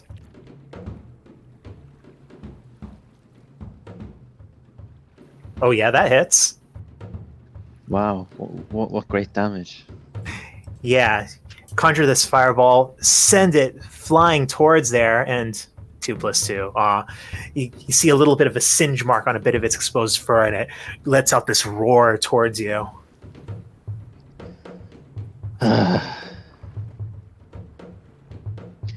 With the tea gone, why are they still fighting? What was Bijutsu doing? So you said that we've got the body with the wings on the side of the boat. I'd just like to use an action to just get it properly into the boat so it doesn't sink. Yeah, you sort of slip the tabaxi out of it, grab the wings, secure them well, and get them folded up into the boat. Meanwhile, it's their turn. And this guy, he... Wait, can he move? Was he hit? No, he was not hit by the Sentinel. Yeah. So, but react. can you use a reaction now? I mean, reactions refresh when you end your turn, I believe. No, or Yeah, I guess so. I guess so. In Sentinel, you can take a reaction whenever. Can we see the Sentinel feat one more time? I'm sorry. It's fine. I'm exploiting it. When a creature within 5 feet of you makes an attack, then you can use your reaction. Yeah, so it's not actually making an attack right now. You see that he turns towards this larger beast and kind of makes this weird sound as he starts flying up into the air, and this beast kind of. It does mention that. Opportunity attacks if they leave your range, and they are disengaged. Is he leaving your range? Was he in your range? Oh, he's just leading the chimera to him. Never mind. No, I mean, I'm not sure if he's in range to you. Lands 10 feet. Yeah, it's kind of a 10-foot diagonal, though. All right, I'll let you make the opportunity attack. You want it with disadvantage to even it out, or Um, if you I'll give you a -1 to the attack roll. You think that saves you? That was a Probably nearly not. Yes, it does. You think that saves you? You think that saves you? Ah, When you make an attack roll, gain a +10 to the roll. Yes, this you watch as this large chimera, after giving a roar, starts to fly off. But as this one tries to join, you, Jin, just lift up your lance and kind of push it through the bottom of near the tail and kind of bring him back down again, where he's not able to move any longer. You will not succeed. And this chimera that's only managed to fly a few feet before it sees this kind of gives a growl towards you and is just going to dive right towards you, Jin, making all 3 attacks at you. It's welcome to try. Oh. it's trying! What the fuck? That was a pretty good round of attacks. So that's Well. a total of 15 plus 10, 25, 35 points of damage to you, Jin. -9 Well, it because is it's 3 attacks. And also reduced thanks to Heavy Weapon Master. All right. Yeah, but that is is this chimera has been stopped from moving and looks towards you. Not the chimera, the tabaxi. He says, that's how you want to play it.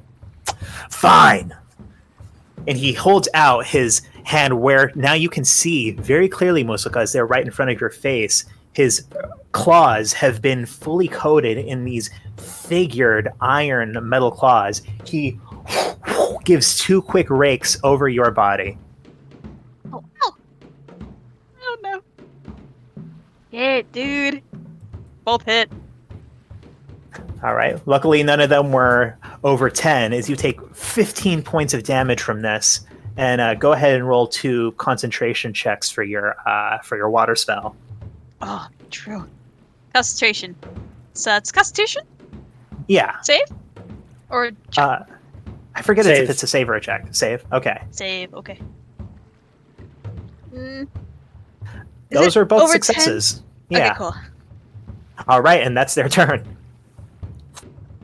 Yes, hello. I would like to lance this chimera-looking piece of, well, I'd say something crass, but I'm not Bijutsu, so All right, the big one or the small one?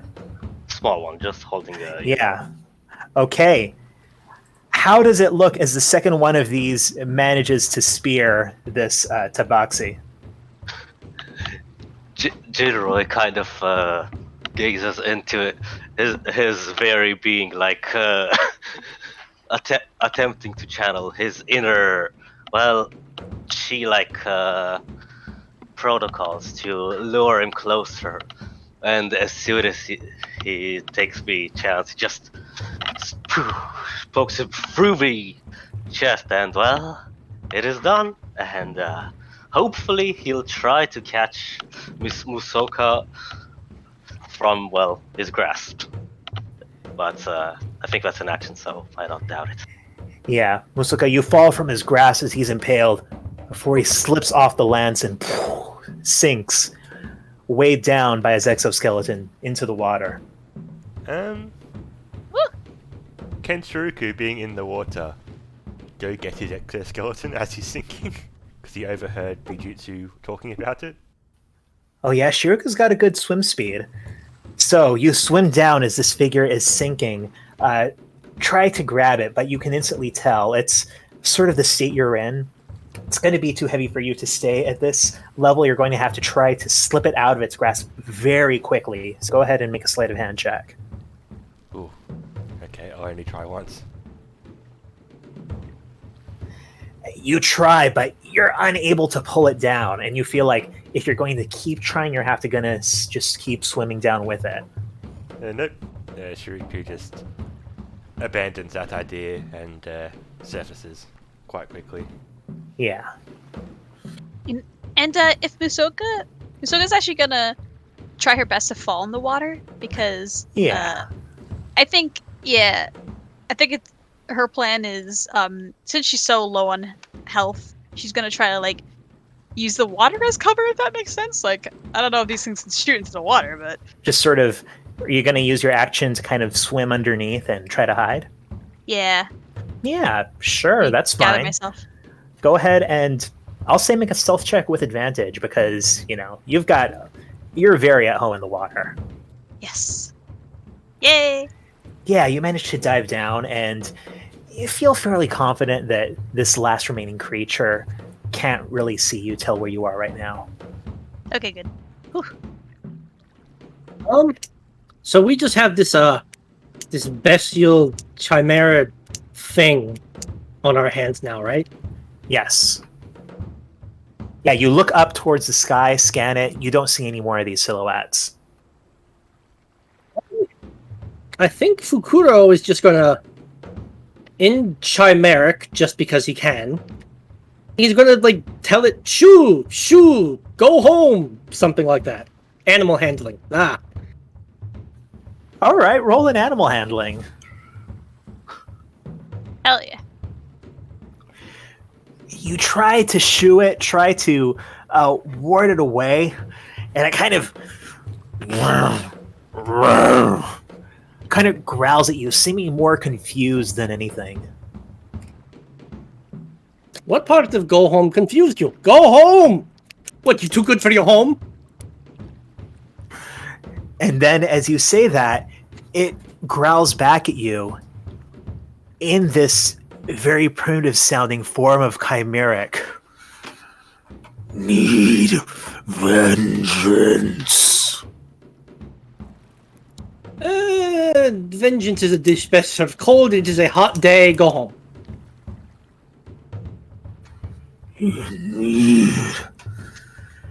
You killed Need. It was self-defense. Go home. It seems like it's not responding to you right now. It seemed like it was at least listening to you, so you're not sure if you tried again if something would happen, but right now it looks like it's still in the attack. Well, I tried. Though it can speak chimeric. Does it need to be dispatched off still? I would prefer not to kill such a creature if we can help it. But if it's going to be attacking us, Understood. And kind of, can't really attack it, but or do anything, but for RP's sake, just going to look at it like prepare to attack it, just in case. But yes, that's it. So, anyone else doing anything? Anyone who hasn't taken a turn attacking this creature? I guess that would just be Peyton, huh? Or Bijutsu. Yeah, okay. I'll just walk to the back of the boat and use the disengage action. All right. You don't need to disengage, actually. You're not in its range. Oh, sorry. I meant dodge. Oh, okay.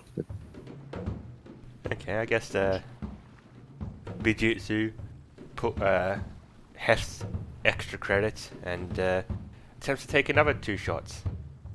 Okay, take those shots. What's a one-liner? Go back to being extinct. Yeah, that second one manages to hit, sort of boom, hits right in its furry underbelly, but it barely seems to notice.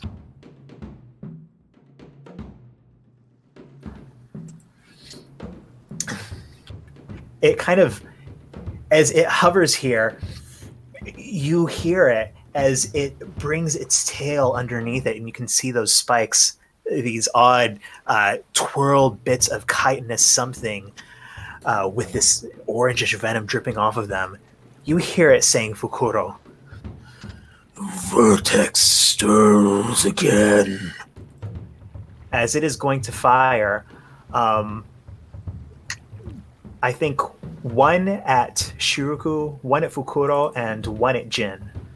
So first at Shiruku, then at Fukuro, then at Jin. Well, it hits me. All right, Ooh. make a Constitution saving throw. Okay. Yes, you take that full 24 points of damage. As you do, it kind of lets out this. All right, back to you guys. Musoka. Oh, I know. Can she cast drowsiness on it? Sure. And boop.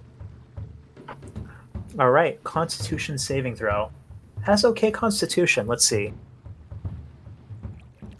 but not good enough. As you fail by more than 5. yeah. So Yes. you watch as Musoka suddenly surfaces. This creature sort of and crashes into the water. You see it kind of floats just on its back in the water, its belly exposed, and just sort of its snout sticking up, clearly fully asleep. Oh, I put it to sleep. Really fell for that one. Normally it doesn't work that well. Well, that was an ordeal. I think there's more, isn't there? I look up. Do I see any more? You look up, you don't catch sight of any more silhouettes in the sky, where you are starting to see it opening a little bit more blue. You do know that somewhere deep in the water there is another one of these chimera, but you're not sure if it'll manage to surface before it drowns. Oh, lordy. Okay. Usoka is just like looking at this thing. Is it just floating? Like it's not sinking slowly or anything? It's just Yeah, it's not wearing as much. It's only wearing like a little bit of light barding, not the full sort of armored exoskeleton of the tabaxi, of the tiger riders. So yeah, it seems to be just floating on the surface of the waters. well, that thing's going to wake up in an hour. So, I say we get the hell out of here before it wakes up. Tsuruku is just climbing into the boat from the ocean. That might be a good idea. But, Fukuro, you were talking to it?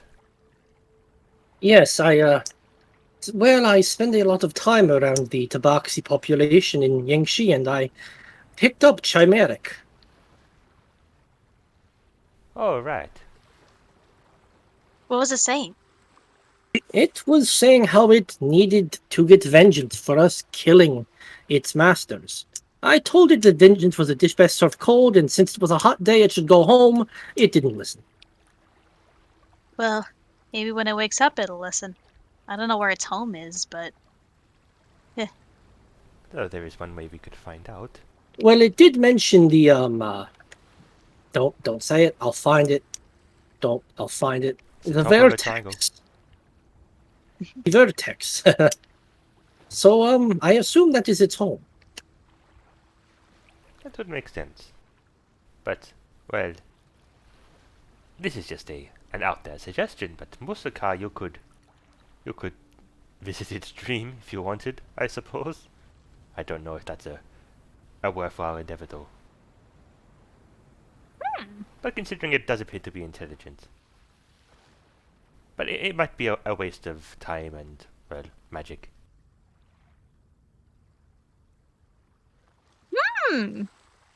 Interesting idea. You should do Well- to spend such a high level spell slot on something like that. Yeah, I do have.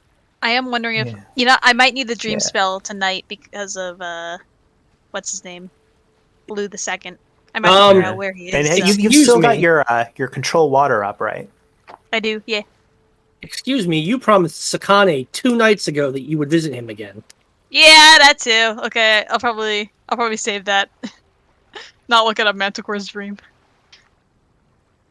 So in that case, maybe he'll hop onto the boat and say, as tempting as that sounds, I need a visit to Kane tonight.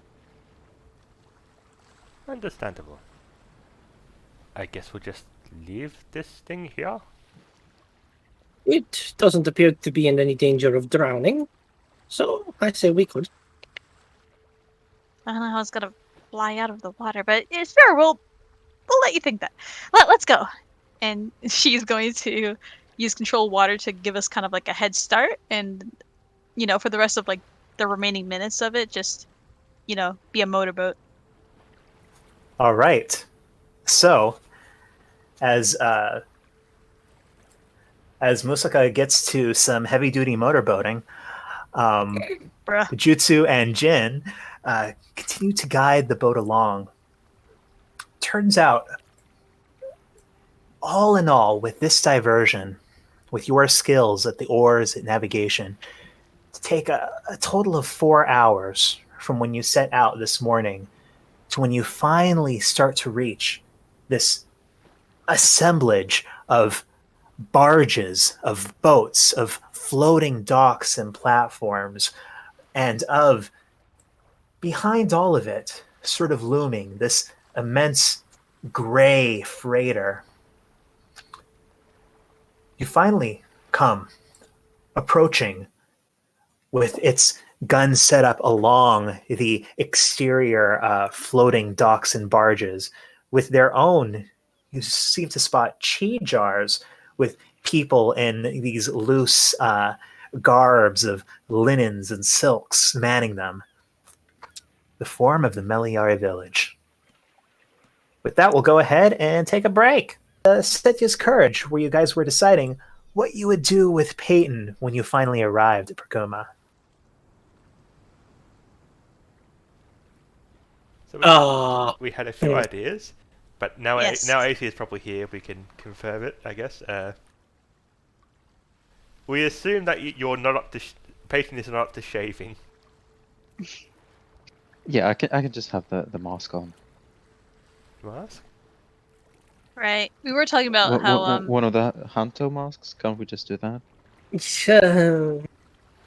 Yes, but we were cautioned on that. I Just just because, thought people might have come from Hanto if it's some of the Red Vanguard are here, and of course Changok himself might recognize a mask from Hanto. Okay. Do we have like anything like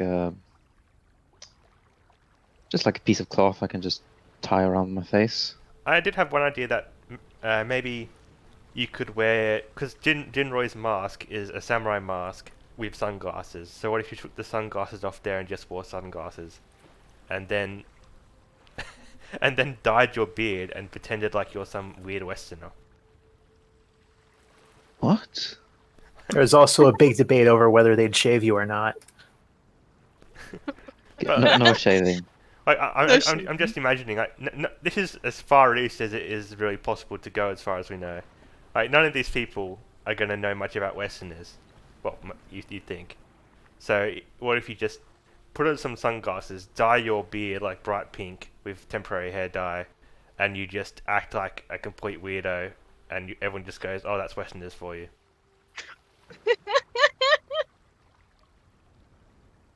Depends. I was thinking just brown, but hot pink. Jesus. Well, maybe not hot pink, but so he looks.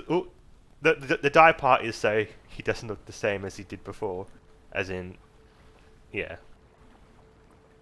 Okay, how about we just say that Peyton reluctantly sits down for Shiruku to put on whatever disguise he thinks works best, and we'll roleplay it from there. Yeah, we tried that. He rolled an 8. Oh yeah, I did try to use the disguise kit, and I put some bad makeup on.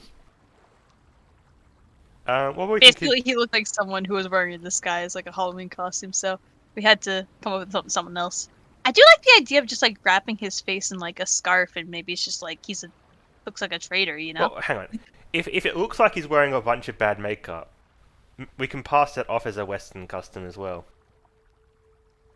So like, okay, so what I'm imagining is, I take the sunglasses off of Jinroy's samurai mask, put the Right. sunglasses on Peyton. So that's already a big change in his face.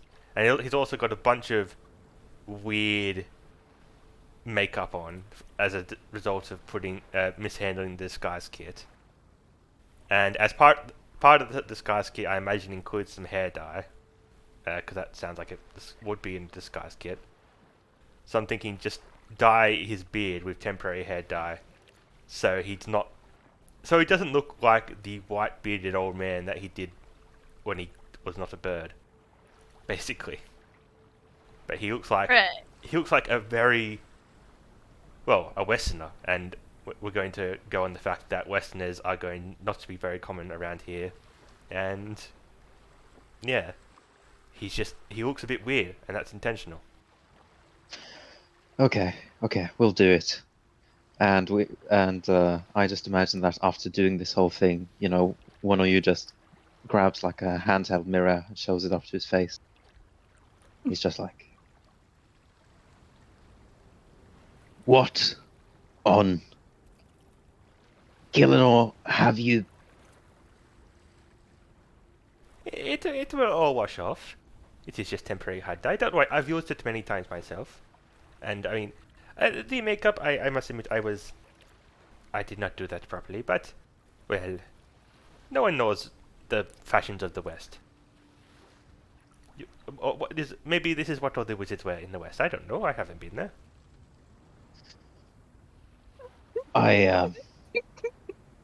Misoka's giggling in the background.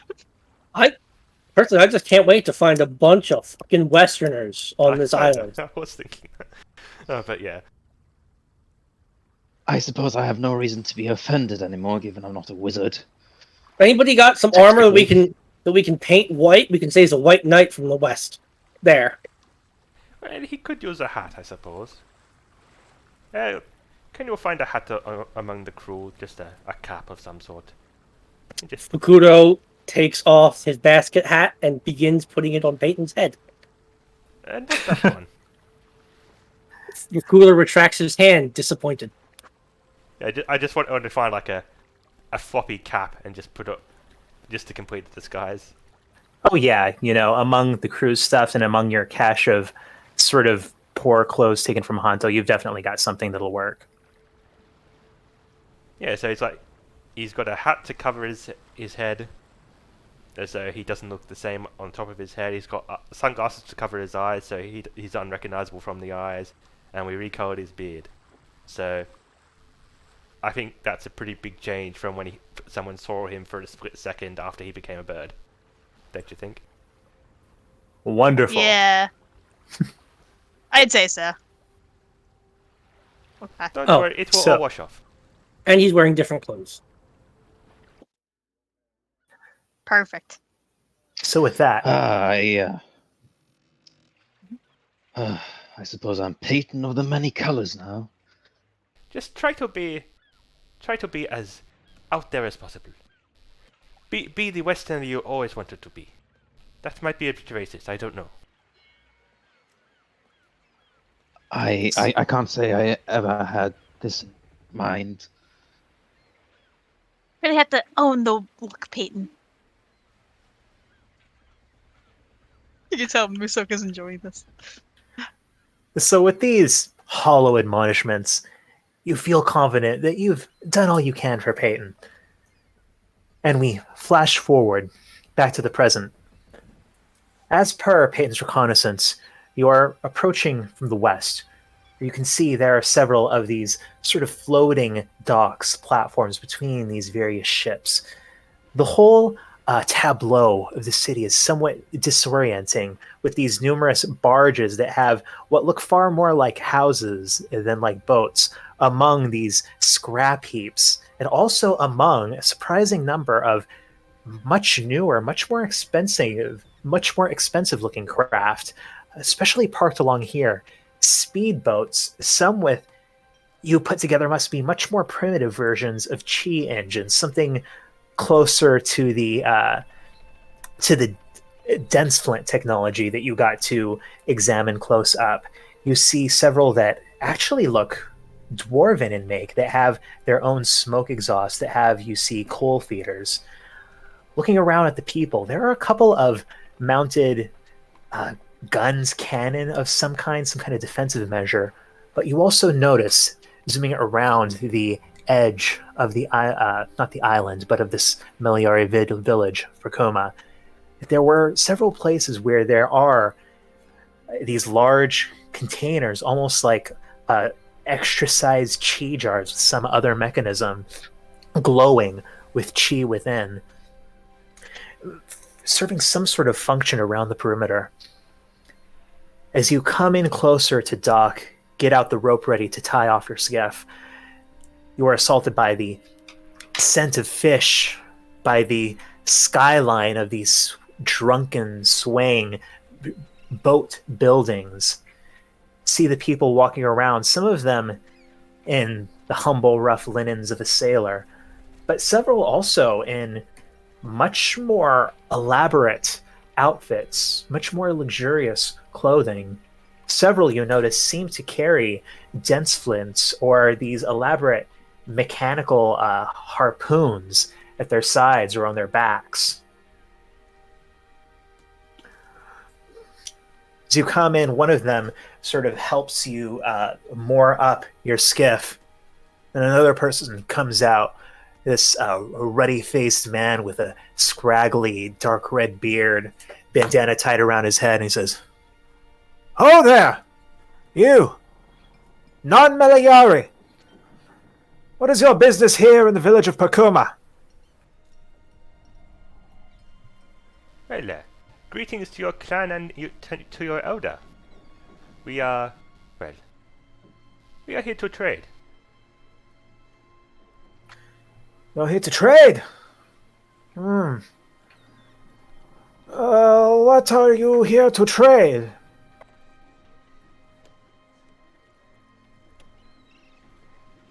Well, wait. One thing I want to make clear. What did happen to the chi bottles? We Oh never... yeah, Oh just yeah, used I'm Major sorry. Image to Yeah. make them make it look like I dropped them. They're still there. Right, okay, I just wanted to make sure. Yeah. Forgot to roleplay those- that illusion dropped. Yeah, I'm sorry. During the journey here, that illusion dropped, and you could see that you indeed still had all of your large, chi jars. And he seems to kind of be eyeing those as he asks what you have to trade. Well, we have a few jars of chi here, and we also have, we have a small collection of unique chi-related instruments that we have acquired from the most innovative sources, brand new. Smuggled goods?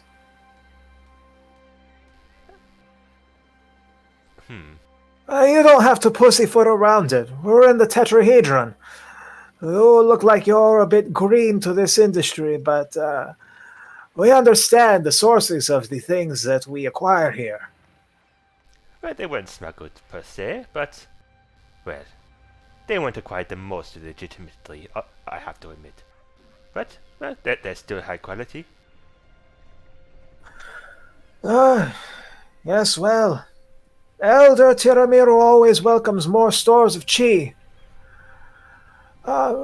What is your name? What is your crew? Who do you represent?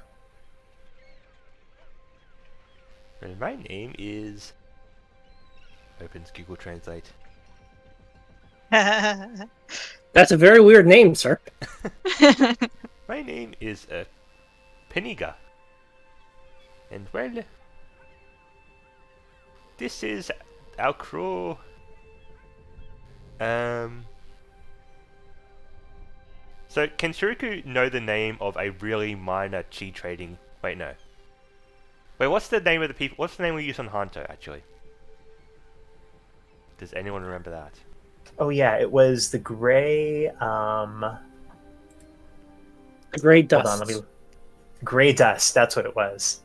Should we use the same name? Do you think? No one ever really learned it, Sure. except for Hantoians. Well, I guess, yeah, sure. Well, we are the Grey Dust. And what... You did guess that, we do look a bit green. We are quite known, so if you haven't heard of us, that is why. Paniga and the Grey Dust. Cryptic. Well, Paniga and the Grey Dust, these stocks you have, is this on your skiff all you offer, or are you here looking to establish more of a longer-term trade agreement? Oh, we do indeed have more to offer. We have some more chi currently in stock. It would obviously take more time to get it, but yes, we are open to a more longer-term agreement. Once we know the lay of the land, so to speak. Roll a persuasion check, Shirako. With disadvantage? I think so, or does your feet help you with this? Well, He is let's see. pretending to be someone else. Yeah, I'm pretending to be a trader. Yeah? Sure.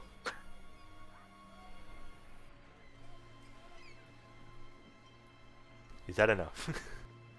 He says, well, you certainly seem to have some very unusual items for trade here. Listen, I cannot gain you an audience with Elder Tiramiro today, but could possibly speak to some of our quartermasters, some of our warehouse masters, or if you're willing to wait a while, you're not a very large crew, I'm sure we could put you up. Well, I think we have been rowing all day, so well, we would be very grateful if you would be able to put us up somewhere for maybe a few days. We would like to see the elder if we could, and of course we can pay for accommodation if you so desire. We have chimes.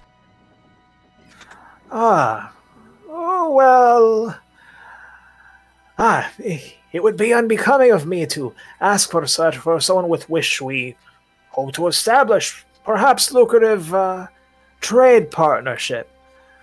We'll say the first night is on us, and then we'll see how our relationship progresses. He gives a whistle, and another couple people come out. He speaks to them quickly in this sort of it's definitely still Wushanko, but it's sort of a pidgin of it. There are elements of other things in it too, a lot of words that most of you don't recognize. He says, very well, these ones, they'll guide you to one of our unoccupied houseboats. The earliest I think I can grant you an audience with the elder, probably tomorrow in the afternoon, possibly even the day after, but I'll be in touch, huh? My name is Sanemoto. It is a pleasure to meet you, Sanemoto. Before we go, is there anything that we should know while we are staying here?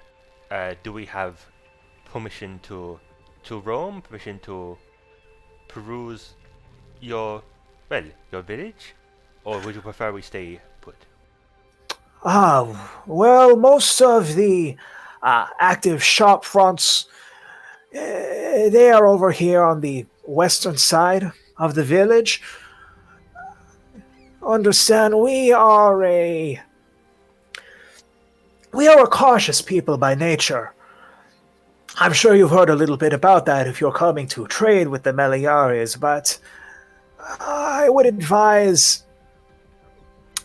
of course, you are free to walk around, but I'd advise not approaching the northern end of the village. He actually furrows his brow for a second, holds up a finger, licks it, and he pulls out this little device that you actually saw he already had hanging at his belt. It's kind of mechanical device, almost like some kind of an odd spherical clock. He adjusts a couple dials on it, and he says, I suppose it's a little bit more northwest now, but yes, anyways. Do not approach the large gray ship. That is a private party, not open to visitors from outside.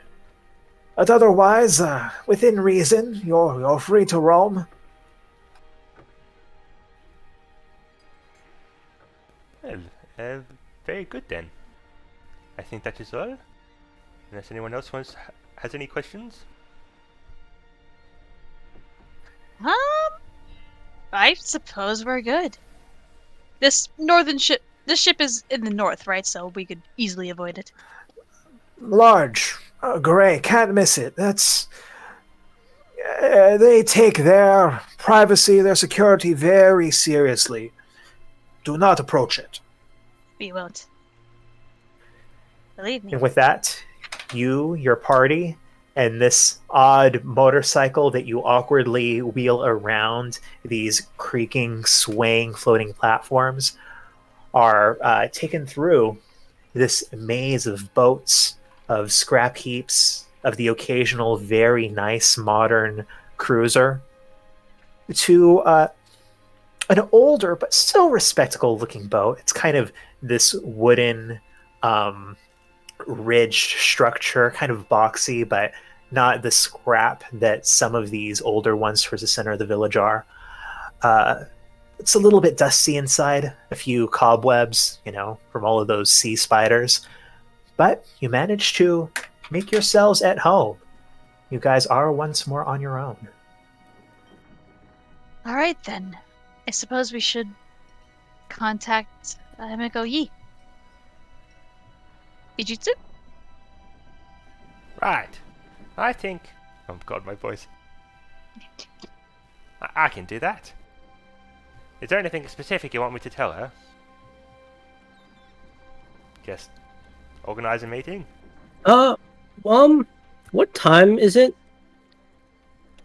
It's around. I'm assuming that you got started at like around 8 in the morning, so it's a little bit past midday now. Probably by the time you get all settled in, it's 12:30, 1. Perfect, yeah. This is around the time she said she'd be free, I think, so we could... Yeah, I say we... Just tell her, We approached by the dock, and now we're... I forget what our address was, but we could talk about the boat that we're at. Yes. So, well, Bijutsu is going to cast message, and she's going to say, well, we're here, uneventful arrival, and in the remaining 21 words, I want to describe. Yeah, you can just paraphrase. Yeah, you kind of give a brief description of where you are, and you get the message back. It's terse, but Emiko tells you, just arrived in an hour towards center village. Disused clubhouse. Old Ikebana club. And notice it from large flower on side. Can swim up through bottom. Meet me there. Well, looks like we're going for a swim. Damn it! Swim. Emiko wants us to meet in a disused... what was the word? Ikebana. Disused Ikebana. Apparently it has a hole in the bottom we can swim up through or something. Does it not have a front door? I just Maybe know what she told me. Maybe it's broken. Man, this hole can't be very sanitary. We can all swim. Well, most of us. Some of us, I guess. 3 of you.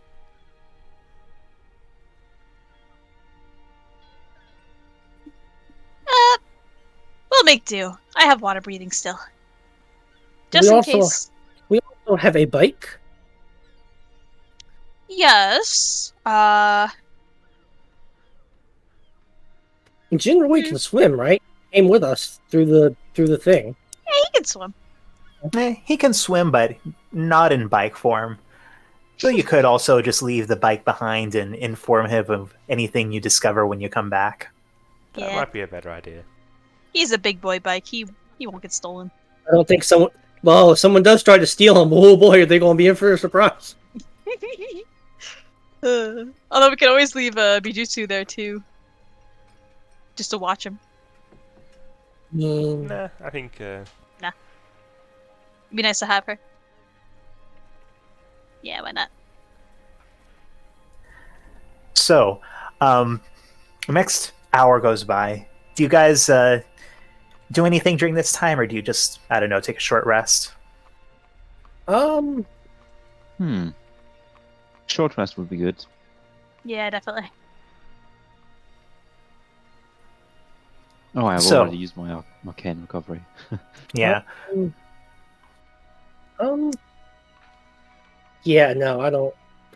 Well, actually, You can do it. if Shiruku would like, Fukuro can cast Identify on that flute.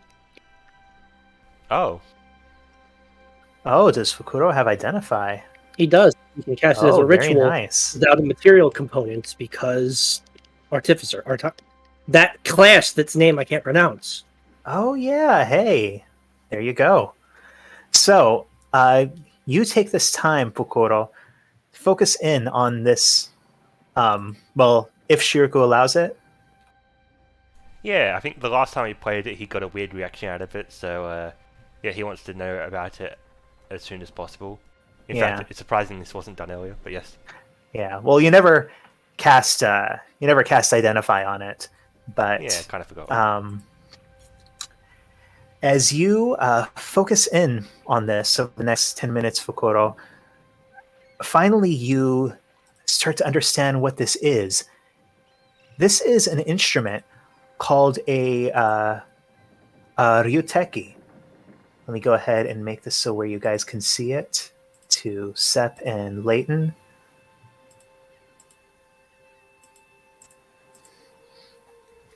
A Chiryuteki, and you get the sense that this,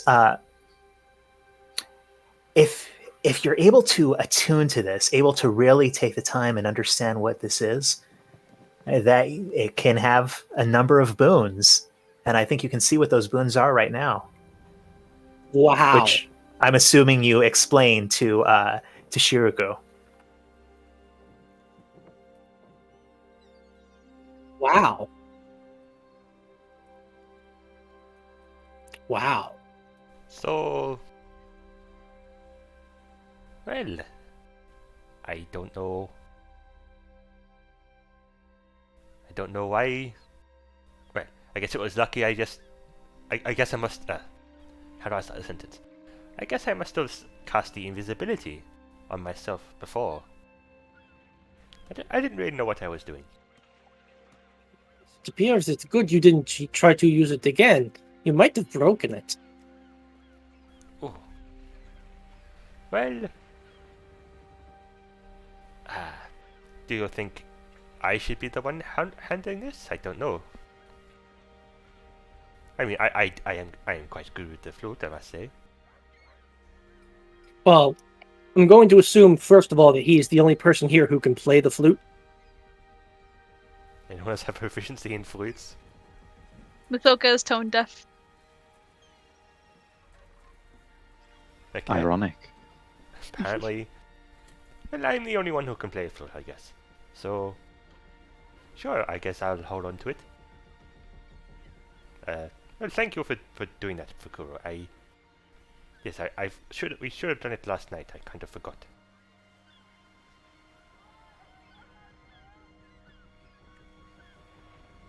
Yeah. So, Wow. Oh man, that last thing on the list is actually really good. Being able to give other people the ability to do that, pretty cool.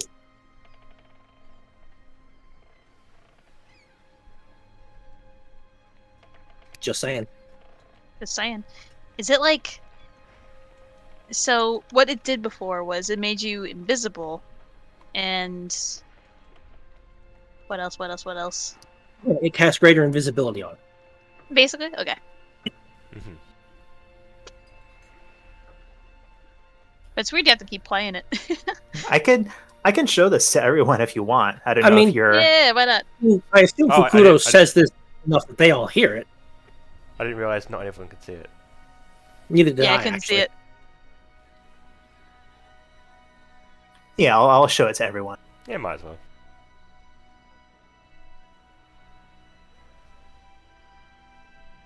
Hmm. Well, it doesn't Okay, say. interesting. So, do you have to keep playing it to make it work? Not if you're attuned to it. Right. Well, I will attune to it when I can. It's a long rest to attune to things, isn't it? I think it's just a short rest. Let me double It's a check. short rest. Oh. Well, I will do that now if I can then, I guess. That will be what I do. Yeah, short rest. There we are. Yeah, you spend this time sort of going over what Fukuda has told you about it, experimentally kind of tooting on it, playing it. You must not toot it. I toot as I like. And you don't know the relevance of that meme. and yeah, you after this hour and change goes by, you feel pretty confident that you know how to use this interesting deep black bamboo flute. Cool. And just a question, I assume it has 13 charges because I haven't used it for days. Yes, it has 13 charges. Okay. And yeah, Shuruku just... I don't know what it suddenly feels like to be able to see in the dark. Which is probably a weird feeling. But there we go.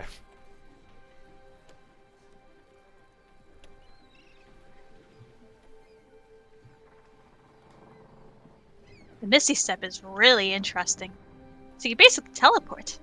I mean, I knew you already knew how to teleport, but it's almost like a way to teleport without using up your magic, you know what I mean? And I haven't been able to regain my magic for about a week now. Oh, that's right. Ugh, This can do the sleeping for me. perfect. Well, we're going to Yeah. go visit Emiko soon, so... So, yeah, as you guys come to the end of your rest, making yourself at home in this small houseboat that's been provided to you, you venture out, start exploring the town. Getting close to the center where you were directed is not too hard. You wander around for a bit, but eventually do notice this one sort of a very scrappy looking bulk of a ship. This is one of the ones that looks very piecemeal. Bits of driftwood and corrugated tin lashed together over sort of a multicolored hull. But you also notice that it's one of the few ships that these floating causeways don't link up to, and you don't see any sort of a door on the deck of this ship. Just that large sort of a lotus flower painted on one side.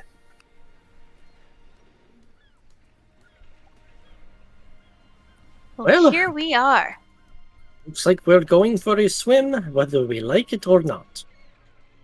And you said we found this like little pool of water? You're on the ocean. Julia, Oh, you're on the ocean. I'm a... Julia, this Sorry. city of floating logs surrounded by water. Oh yeah. Think Duh. of like deep sea fishing in RuneScape. So it's like Yeah. so it's literally like the like we're constantly on a dock, right? Like Remember- it's, Yeah. You're Pokemon in the middle of the ocean Village. right now. okay. Pacific Log Town from Pokemon Emerald. Yeah. Okay. All right, in that case, yeah, I think I already used up a spell slot, so I could cast water breathing on Peyton or just on all of us, you know. Let's use one big old water breathing. Yeah, sure. You cast water breathing on everyone, just in case. Though, as you... hang on a minute. Will Oh, this wash crap. off the paint? Yes, it probably will. God damn it. Damn it! Ah, Just have to reuse the disguise kit and maybe we'll get a better roll this time. Yes, I have plenty of dyes. I'll redo it once we're inside.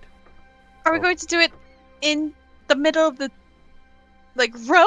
Like, I look around. Are we in a busy area? You look around, it actually seems pretty dead around here. There was a lot more activity kind of on the western docks where you came in, but here there's. If you want, you can make a perception check just to look around, see if you spot anyone. Oh, sorry, that wasn't meant to be banded, but yeah. Yeah, look around and don't really see anyone watching you right now.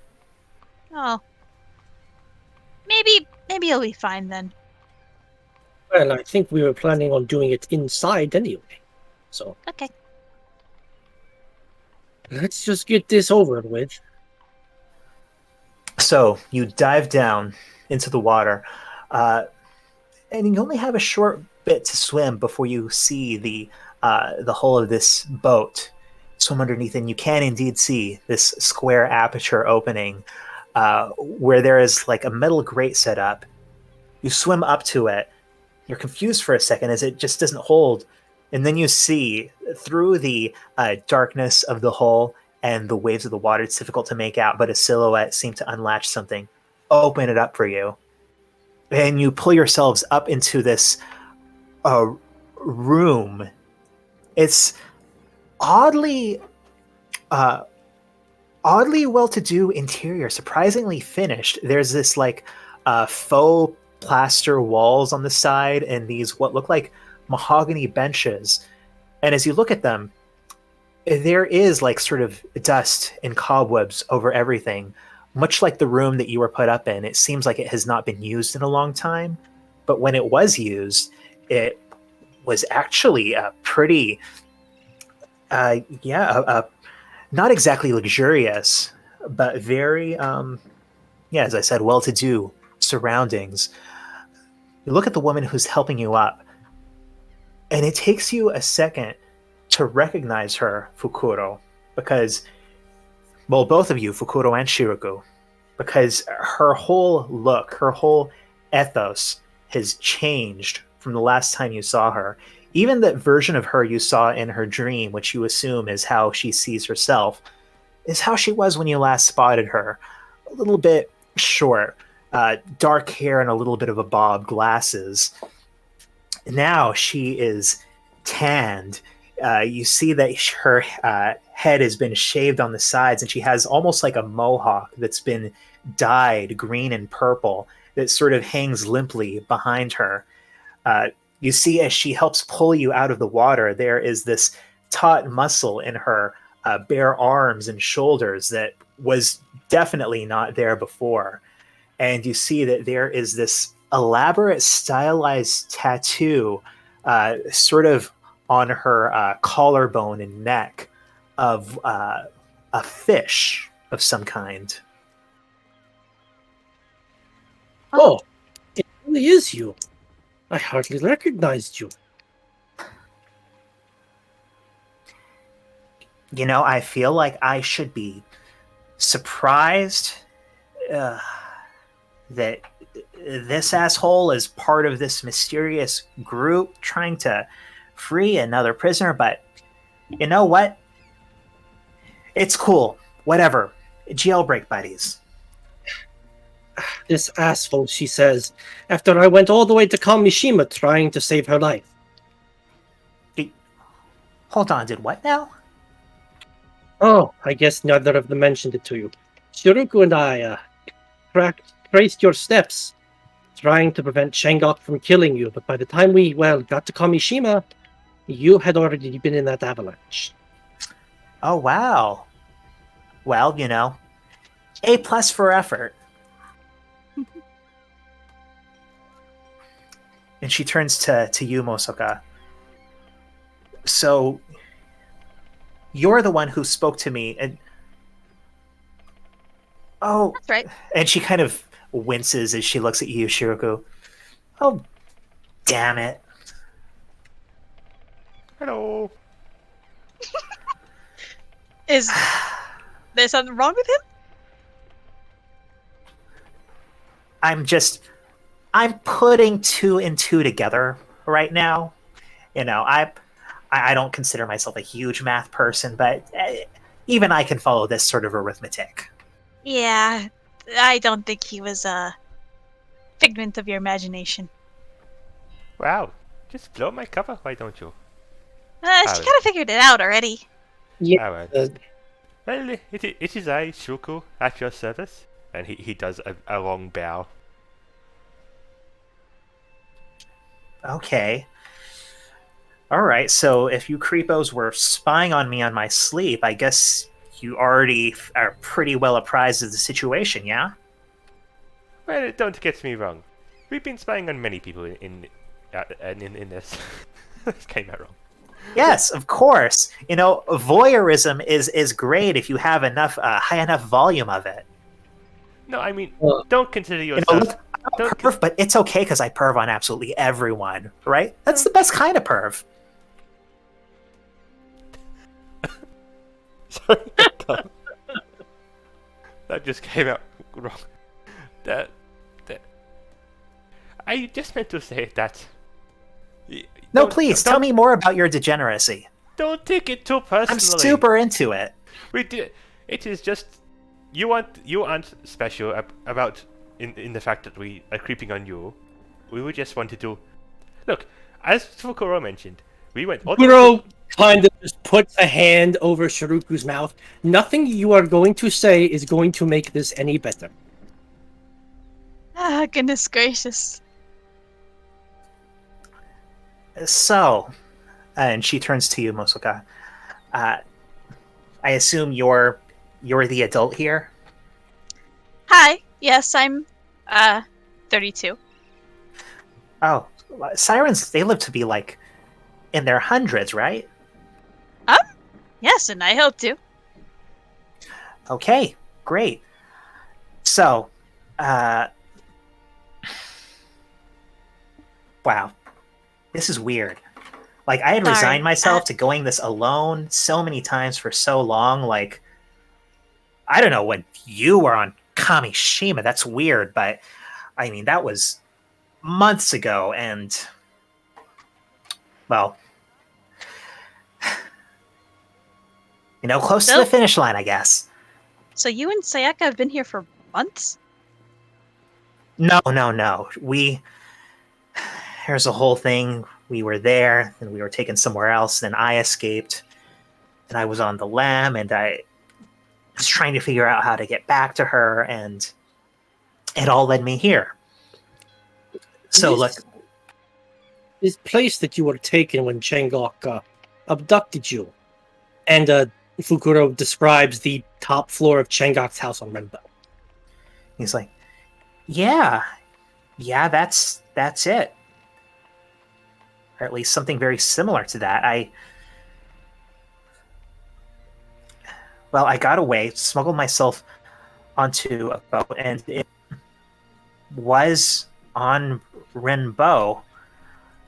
I guess the boat I was on, it was there were secretly like some Antilia people aboard, and so they were just too willing to stick it to, I don't know, whoever powers that be, a bad breakfast, anything, you know, fight the power, yay! But that's all in the past. It's important. I'm here now.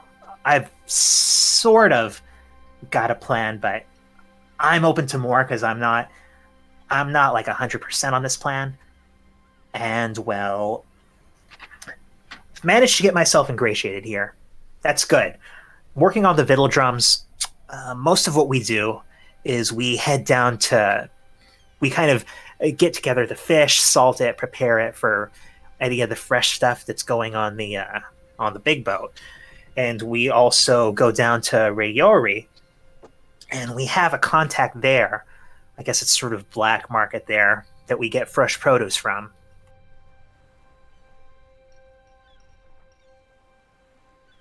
Huh. Well, Yeah. I wouldn't be too harsh against yourself. I mean, you made it this far just on your own. Oh, Honey, I'm not being harsh. I am friggin' amazing. But that doesn't mean that I think that I'm going to be able to stage, I don't know, a prisoner breakout all on my own on the Dragon's Fate. Well, how about Right.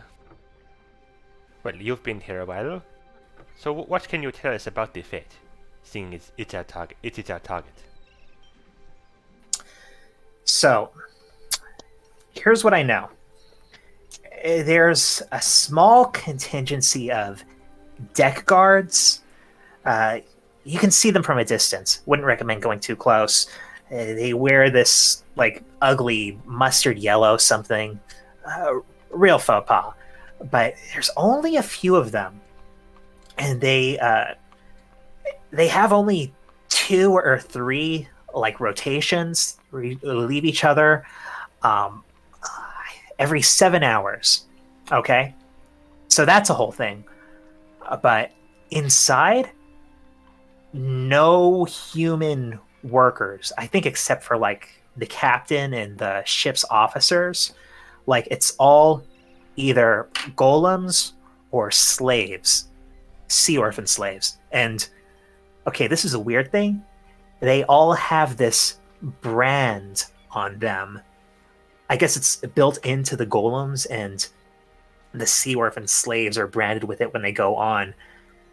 There's some kind of a machine or something somewhere on that boat that it knows or it detects or somehow as like if anyone who's not either been passed as a guest or is a branded servant is on, like it pinpoints them immediately.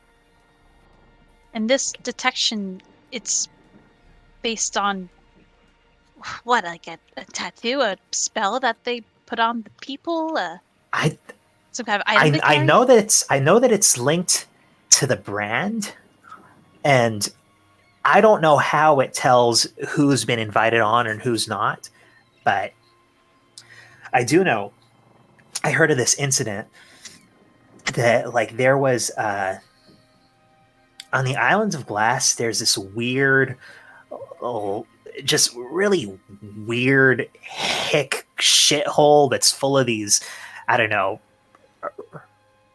weird anti-government conspiracy theory, I don't know, crazy people.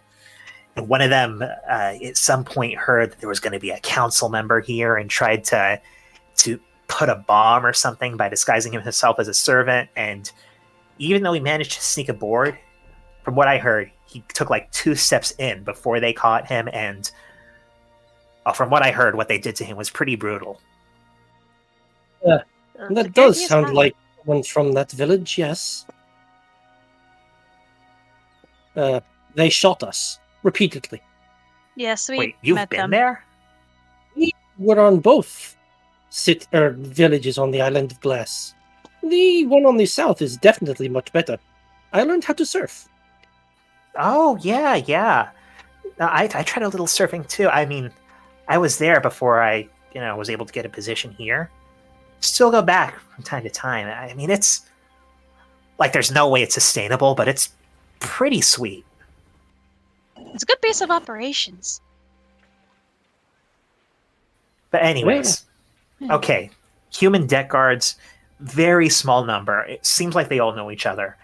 Mostly inside, golems, sea orphan slaves. All of them have brands. I know that there was at one point a new shipment of slaves brought in, and they entered the ship with that brand. So I'm guessing one of the smaller ships that's like one of the satellite ships to the Fate, and you'll see a whole bunch of them are docked on its opposite side. One of them must have the branding on there. I'm not sure which one. What does this brand look like? The brand, it's like a stylized dragon, kind of angular, blocky. Is that the same one that the sort of crazy person we met on Kamishima had, who eventually had the pizzle? It was not. Ah, so it's a different one than the one the League of Excellence puts on all their slaves. I think that was that one. Did Yeah, these? because Yeah, I think that guy actually had a dagger brand. Right. I couldn't remember precisely what it was. Did these new golems come on a ship called the Grief's Rise? No, this is before the Grief's Rise. That's the one that where I think they're keeping Sayaka. Okay. Yeah, you're right. That is where they're keeping Sayaka and Lou II. I know because I actually talked to Lou II, and well, he's on the Grief's Rise currently. And Wait, talk to him about. Oh yeah, dream creeping. Okay, yeah, makes sense. Yeah. See, it is not always creeping, it is also useful to talk to people. That really sounds like you're covering your ass.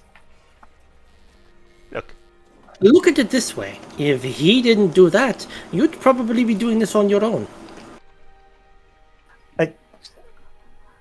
I think that I'm gonna keep talking to Musoka here. Right. So, in relation to the Dragon's Fate, do you know where the Grief's Rise is right now? Is it right next to the thing? That's what Lou Yeah, told me, but it could have Popped up changed. right next to it. Right next to Okay. it. It's weird. I haven't been able to get onto the Rise myself, but the next shipment of vittles that we put on there, I'll be part of the crew that helps to load it up onto the Fate. And there's one of the slaves, one of the sea orphans, Brandon. He's been allowed to help us with loading. He's one of a couple of people who have gotten to talk to me, and it does something to them. They can't. I mean, they're kept pretty well cowed, but because they're sort of kept in such a low position, it seems like the people in the Fate, they don't really watch their words around them. So he has a lot of gossip. Oh. But I guess it's a whole thing that there are a bunch of people who came there for a meeting or a couple of meetings. And at this point, they were supposed to happen over a week ago. But Changok kept putting them off and putting them off. You know, and I guess there were a lot of people who were angry that they didn't happen just when Changok and the Grief's Rise, arrived here. You know Which- if I do wonder how badly Osu damaged him if he's been putting it off for weeks. Well, not weeks, but I guess a week and a half. well, he was only injured, a few days ago? True.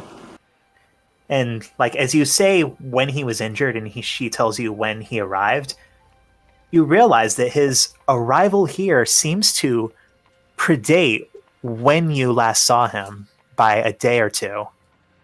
So he was here before he came to Hanto. Interesting. how on earth? But I guess he really can teleport many different places. his whole crew too? Well, he could have had ships off of Hanto previously prepared. Right. You're probably correct.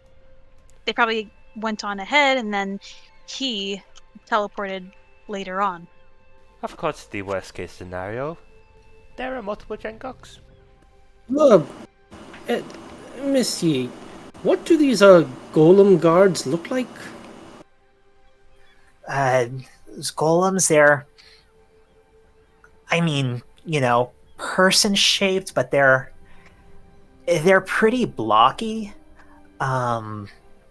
They actually have this wooden shell to them.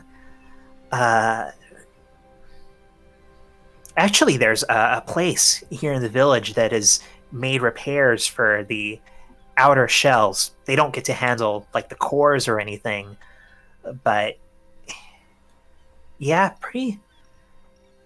Look, I don't think that you could get past them if you put a golem shell on top of you and walked in there. That's what I was asking. Did Does this golem sound familiar at all? Does it sound like something Fukuro's heard of or seen before? It doesn't. As she describes it, it maybe sort of sounds similar to the older style Yangshi golems, but even then, it seems like it's kind of its own thing. Interesting. It's not like a model that Haranu has ever had before. And mostly where golems come from. I mean, where anything comes from. Look, there are a lot of people who want to come out here to this village and especially to the Dragon's Fate. People who want to trade. You get Easterners, Westerners, council members, pirates, gangsters. Oh, there's been kind of a buzz over this new person who's going to be coming in. Like any day now. They call him the Grumper. The Grumper. Have you guys heard of this? Have any of us? Yeah, you're not sure you've heard of it. She says, yeah, like notorious, this arms dealer. I guess they're kind of new on the scene. They've only like really taken off in the last year. But the whole thing is that no one's ever seen the Grumper in person. You know, the Grumper always works through proxies, but the Grumper himself is going to be coming here tomorrow, heck, maybe even today. So famous arms dealer. Okay. But I don't know if that has any ties to what Chingaka's doing, but So, I mean, possibly. He's always on the lookout for new ways to get gunpowder. so people come to the Dragon's Fate a lot to trade. Well, we came into the village ourselves under the guise of traders in G and interesting G devices. Is that an option to get invited aboard the Fate itself? Oh no, no! You don't get an invitation to the Dragon's Fate by just showing up. I mean, they come to trade in the way that like backroom deals, you know, smoke-filled halls. They go to trade. It's a very elite, very hoity-toity, very, I don't know. It's if you're not supposed to be there, they're not gonna let you be there. The best you could hope for is maybe insert yourself into the entourage of some other group that has been allowed there, but Well, that's certainly an idea. Maybe even this Grumper. Depends who they are. But I like mysterious figures. I'm kind of excited about the Grumper. That's kind of my backup plan. Because what I do know is that the Grumper is not planning to actually stay on the Fate itself. The Grumper is going to be staying here in Perkuma. So, one of my thoughts was maybe I could try to swing something with the Grumper. Another thought I had was that I could try to find someone to act as a mole. There are a few sea orphans here in Perkuma. Now, they're not too crazy about the Dragon's Fate, but, you know, it's a real mercenary mindset around here. They're very well paid for being a safe harbor. I'm sure you've seen all the new boats or the guns that they're handling. We've seen some of the guns in the area, yeah. Yeah, the money for that, it mostly came from the gray ship. But I thought maybe I could find someone who I could sneak on. And my last thought, soon the eclipse is coming. Not sure exactly when, but I could maybe try to take advantage of that. I'm not sure how. There would be a lot of luck involved, but if people are running for cover, if they're maybe out in the open and they don't have a choice, maybe I could get out while there are no guards on the deck. Try to do something. Right, this eclipse. We've been hearing about that, but we have no idea what it's about. What is that? It's, I don't know, you hear this chime, and then in usually around 24 hours, there's an eclipse, and you don't want the eclipse to shine down on you because weird stuff can happen. Have you heard any stories from people about what happens to them? Any Well, I've rumors? heard that it's worse close to the vertex. I've heard that some people see these shadowy dragon serpent things in the sky. Some people say that it's the ghost of the Tengu. The Tengu. Yeah, that. Is this your first time in the tetrahedron? Yep. So it's not the Tengu. I mean, the Tengu. It was this. Supposedly, in some far off ancient time, the Vertex was this fortress, this flying fortress, commanded by this bird person pirate thing. And he earned the name of the Tengu. He was seen as this bird demon who terrorized this part of the Wushankos until he was finally destroyed. You know, it's legends, it's hearsay, fairy stories, but I mean, weird stuff still happens with that Vertex, man. Well, a bunch Yes. of tiger riders live up there, don't they? Yeah, the, what do they call them? Order of the Manicore. Yes, though it is odd, they only use mechanical wings, at least the ones we met. I think I'm starting to put some pieces together. So, have you by chance heard the name Moon Shadow or Star Shadow? Yes. They're Tabaxi, and when I talked to Lou, he said that they were guarding him in Sayaka. Okay, all right. That's what their names are. Okay, that makes And- sense. But look, from, and as I said, I haven't been able to observe it directly. From what all I've been able to gather, Changok is pretty much always close to Sayaka, either on the Grief's Rise with her or taking her with him when he's on the Fate. Oh.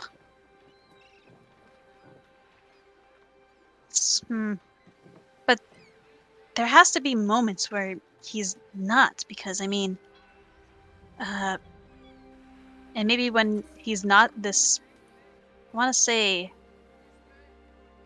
Star Shadow is guarding her. Do you think Changok has something to do with this eclipse? No. From what I've heard, this has been going on forever, long before he got here. But maybe just saying the that there Tabaxi of has the- to be one moment, there is one thing. From what I've heard, he has two important meetings.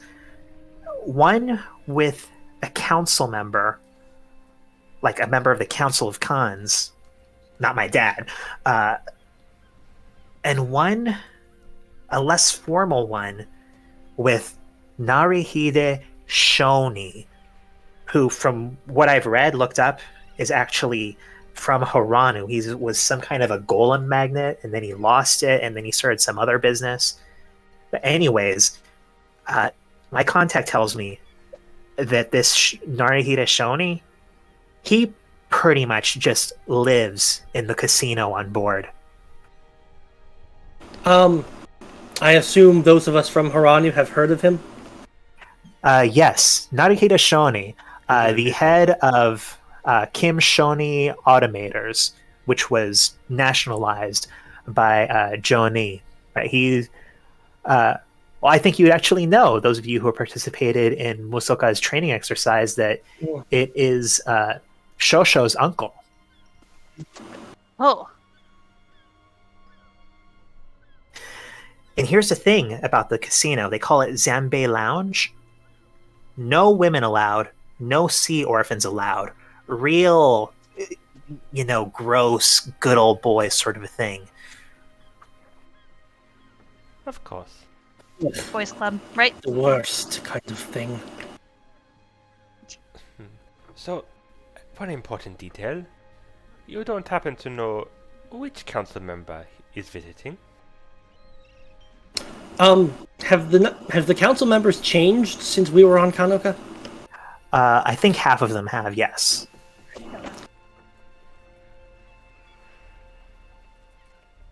Do we Knowing, know? knowing the council member would be good. Yeah. Maybe. Okay. Do you know? Okay, I heard, and this is from my main contact, so it's a little less reliable, but a couple people saying that it was the leader. So if I had to venture a guess, I would guess that means Amina Henna. Yes, That would make sense. Chengok was overheard saying that he would be meeting Hena here.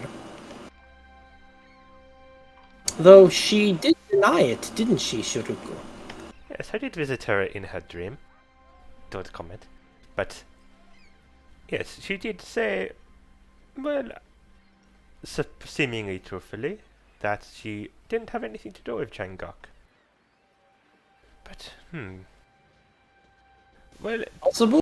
She did not know who she was meeting? that is possible. It is also possible that she was lying.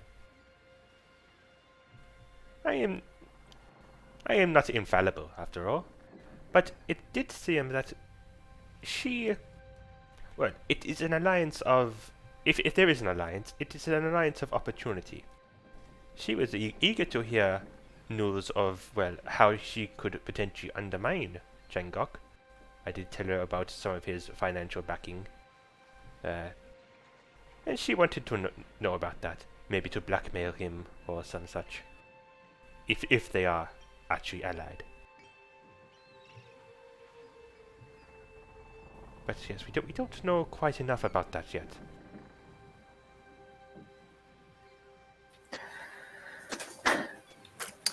So, I know that... Alright. So you two jokers are definitely from Haranu. Wait, are all of you from Haranu? Yeah, you're going after Lou. You're all from Haranu, right? Technically, I'm not from I'm a little newer, but yes. I've been around for about a year. Udo looks at Peyton. Do I I just sort of imagine, since we just went through water, that I'm just sort of Yeah, with this bad... sort of wringing my beard like it's a dishcloth, and all this paint coming out. With this runny makeup on your face. She says, What's his deal? Oh, this is Peyton. His disguise did not survive the swim. Okay, great. That's a cool thing. Anyways, I don't know if this is relevant, but it's something that I spotted that I thought was weird. So, as I said, part of my day job here is taking our speedboats down to Rayori, picking up shipments of fresh produce from our contacts there. There's some kind of a whole weird civil war thing going on, like a four-way thing. But one of those factions are Yebi. They're pretty cool. They're the ones who do business with us. But I've also a couple of times seen this other ship there, only from a distance, and only one time was able to see the name of the ship on the side. This ship called Purity. I only ever spotted it in the dead of night. It seemed to be rounding the southern coast. But here's why I mention it. Because I could have sworn I saw Vanguard. Like, I know what your guys' uniform looks like. Could have sworn I saw Vanguard on the deck and large crates on board, like fully laden with crates, like a container ship, labeled Slate. And that's weird, right? There's no slate on Rayori.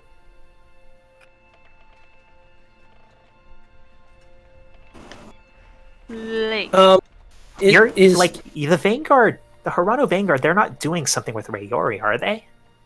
no. Is Purity a Vanguard ship that we know of? It is not. Purity. It's definitely not the name of a Vanguard ship I'm familiar with. Though it does sound familiar somehow. Especially the thing about the slate.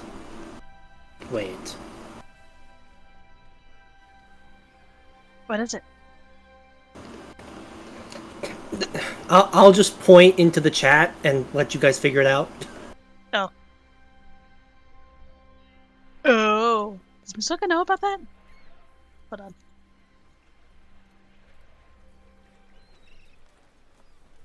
Can say that you've all shared this information. Right.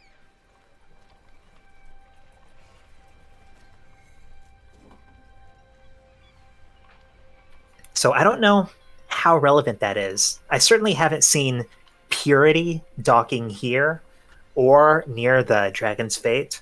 So maybe it's just a coincidence. Maybe they weren't really Vanguard, it was pretty dark. Well, was it heading north or heading south? Which way was it? Heading north, but it was coming from the south. It seemed like it was rounding the southern side, the southern coast of the island. Of Rayori.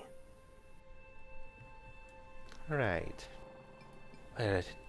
Chengok came to this, to the tetrahedron for a reason, I think. Maybe it is to do with the Melayari village, but there might be something here that he wants. He might have operations elsewhere in the tetrahedron. Yes, I do wonder. If only there were somebody among us who knew more that they weren't telling us. He does not look at Musaka, but Sep is looking at Julia very, very hard right now. Oh, okay. Hold on. I'm sorry, this is Julia being dumb. Did she learn a lot about the Onyx Venture from Yume? Or But I'm pretty sure you're the only one who knows that Changok is here to see his sister. oh, okay, yeah. Sorry, Okay, I was I also wasn't sure what you were getting at. right. Yeah, I didn't know. But thank you for reminding us. Okay. Usoka kind of goes to herself and says, okay. I think another reason Chengak was here was because he wanted to visit his sister, something like that. Lou told me that. His sister. Do you know who his sister is? She's some sort of a seer, he told me. A seer. Yes. Sorry, Lou was a little vague about this. But So here, do you mean like in the Dragon's Fate, or do you mean in the village? in the Dragon's Fate, I'm pretty sure. It could be also the village. Roll a history check, Musoka. Okay. I'm not even sure if she's lying to us or if she just didn't remember where she heard this information from.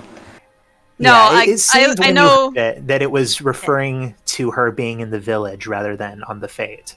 Okay, thank you. Yeah, sorry, I was just missing that little detail. No, I know I definitely heard that from Yume, but what's it called?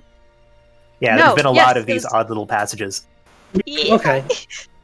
Oh, that's right. No, Lou said that he's been leaving the ship in order to visit his sister, so definitely in the village. I don't think this is some kind of a grandiose meeting happening in the Fate.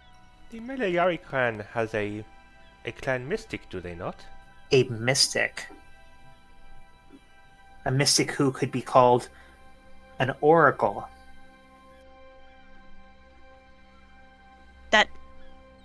Is that Chingak's sister? I've never heard anything like that. But there is a clan mystic here. Actually, pretty close to this part of the village. In the Mystic's Cradle. They say that she's an oracle, has tremendous vision, but they're also very protective of her. People aren't allowed in to see her. From what I've heard, she's...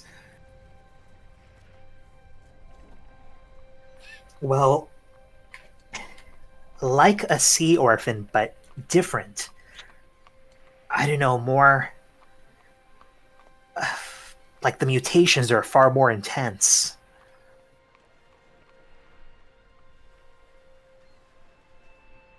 So Yes, I definitely believe that's Changok's sister. what is her name? They call her Meng.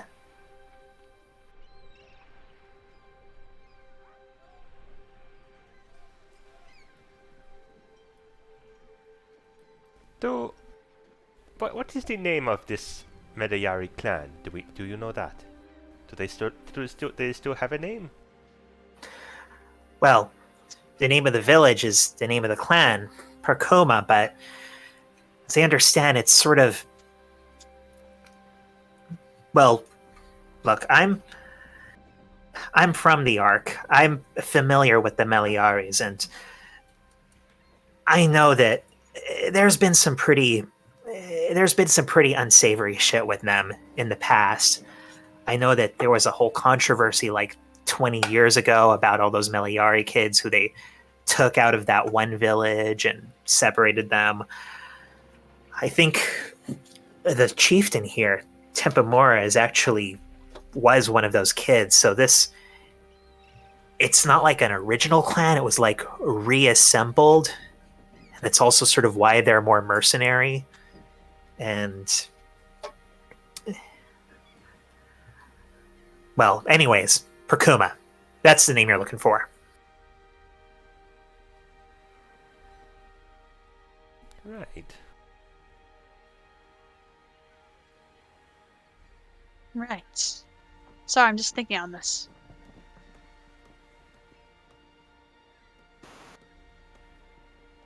If this mystic is Changok's sister, that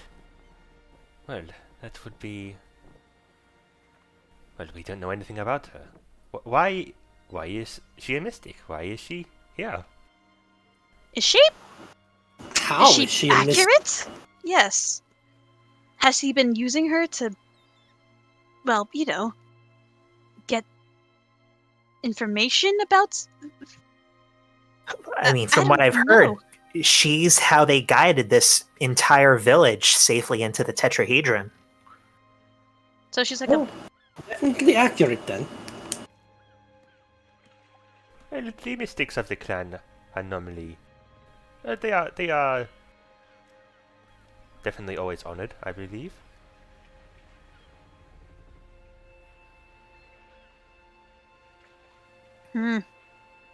Very strange that... well, I mean, Gok probably doesn't care much for his sister, considering she's a sea orphan. What's your cover story here? Well, I mentioned before, but we came here, we are selling chi to the Malayari.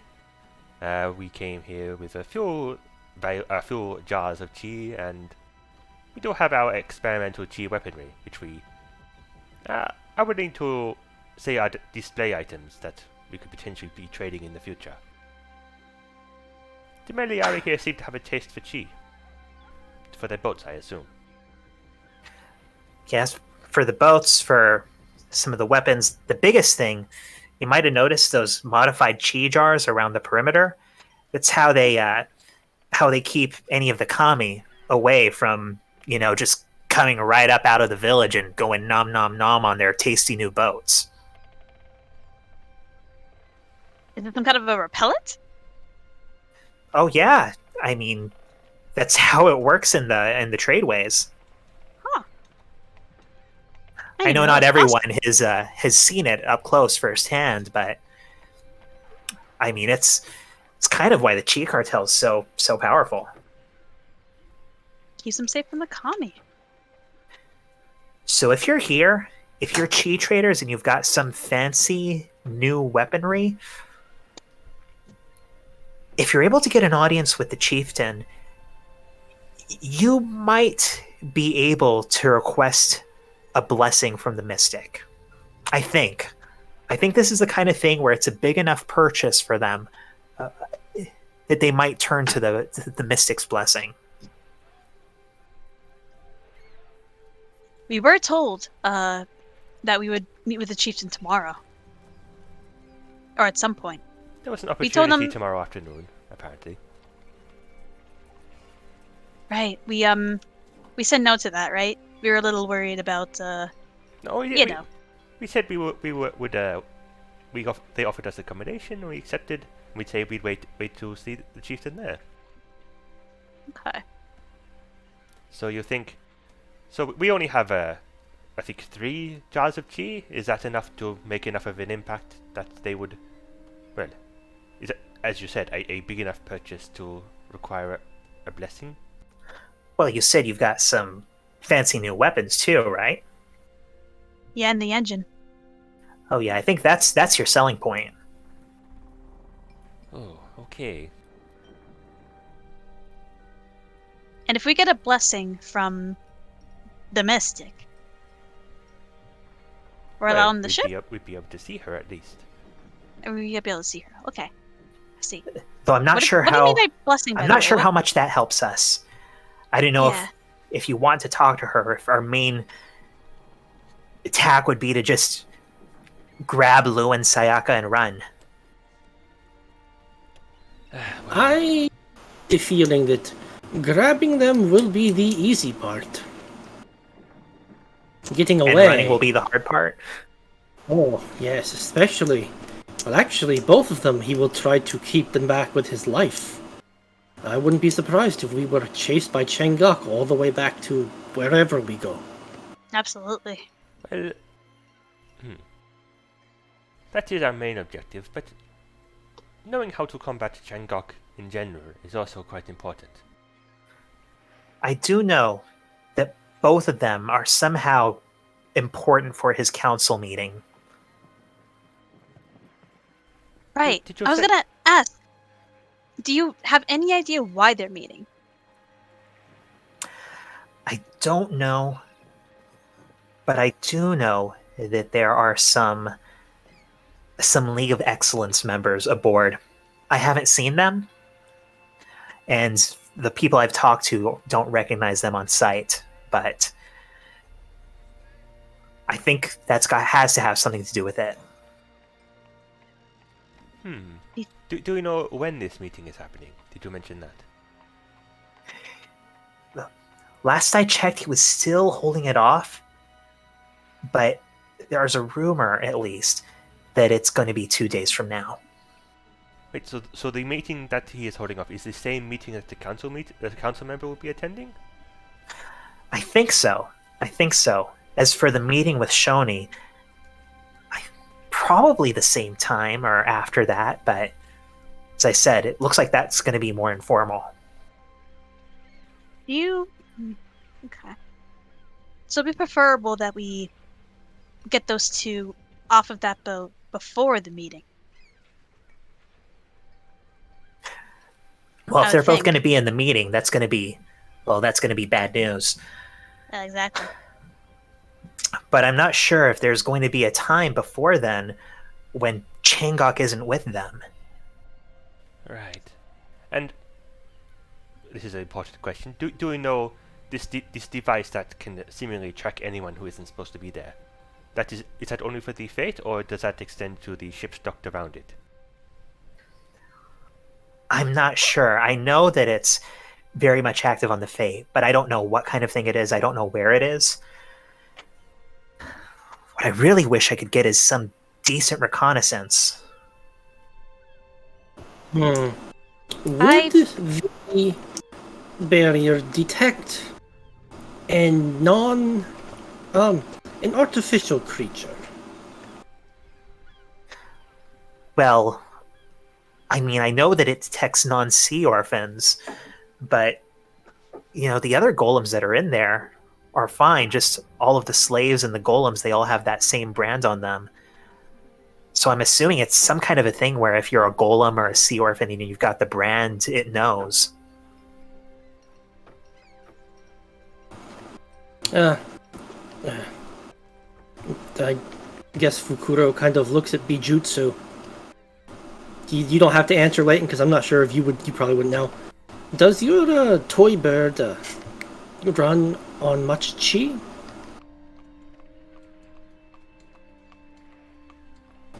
I think Yes, it does.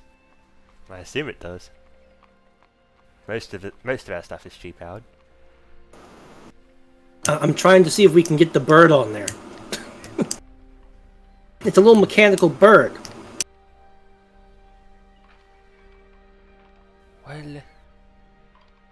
Well, we could oh, that's not the voice. We could put. What if we carved the brand into the bird? I think it's a magical branding. Yeah, I don't think you could just carve it. I haven't been able to examine it very much up close, but I do know someone who has. I'm You actually said you. No, go ahead. yes, I'm friends with the apprentice carver at the workshop that serviced some of the golems, or some of the golem shells, I should say. I could maybe introduce you to them, especially if you're here as some kind of chi traders. They might be the kind of people who'd be doing the most business with your products. You're saying these were sea orphans that were slaves, right? Yeah, golems and enslaved sea orphans. That's pretty much all of the personnel inside. I guess it's not a big union operation. I have a quick question. These sea orphans, have they been here for a long time? Or have they just arrived?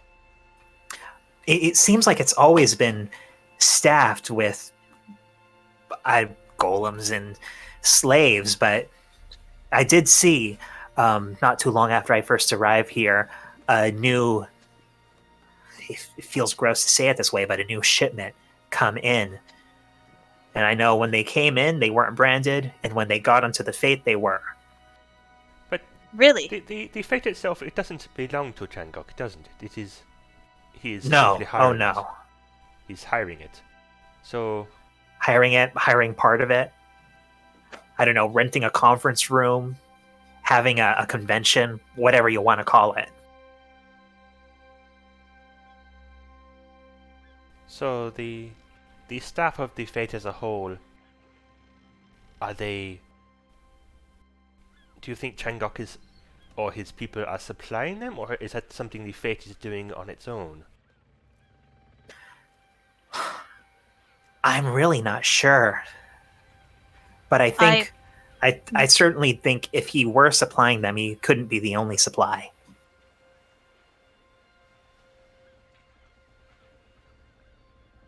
I wonder. I actually heard a rumor that the Narihita Shoni might have supplied some of the golems. That does make sense. He is a known golem producer. I do wonder if there's anything we can do with the fact that the Dragon's Fate and Changok are technically separate entities. I don't believe we actually need to board the Dragon's Fate for any of our possible goals. Sayaka, Liu, even Sakane. Especially if they're only being held on the Grief's Rise. But the Grief's Rise isn't like the Dragon's Fate, right? There's no It's detection. next to it. Well, that's what we don't know. We don't know how far its detection reaches. It is a concern, but it could be that it only does the Dragon's Fate, but who knows? Yeah, right up alongside it. I've seen it actually has its own gangplank. It feels like to me that well, this detection engine, this system that they have, this seems to be the most pressing issue, don't you think? Well, it certainly makes it the hardest to go sneaking aboard. And the only way to get past it is, well, the only two or three ways. The one way we could get past it if we find it and destroy it, but that is a dream. We don't know anything about it. The second way would be get a brand, which apparently is on the ship. So, well, that is also an option. But the third way is to get invited by somebody. I suppose so. Um, If I can offer a fourth way, Oh, go on. I don't know how dangerous this would be. I've never been out during an eclipse, but there is the deck during the eclipse, and I know the casino, the Zanbei Lounge, has its own deck. That might be something that might not. I don't know if it would make sense to try to take advantage during the eclipse to do something. But anyways, you continue. You seem like you've got a much better handle on this. Well, I guess like outrunning all the options that we've talked about, so we all have our heads on straight. But, well, the eclipse is a good idea. Well, I guess you said it happens 24 hours after the chime or something like that. That's right. Well, if we hear the chime, then our plans can change. But until we hear the chime, we can't count on the eclipse happening when we need it to. Yeah, that's very true. So we'll think about the eclipse, but well, keep an ear out for the chime. But on the other hand, getting invited onto the ship. So we do know a few people who are going on to the ship soon. One is this mysterious arms dealer. And the other is, well, apparently Amina Henna herself.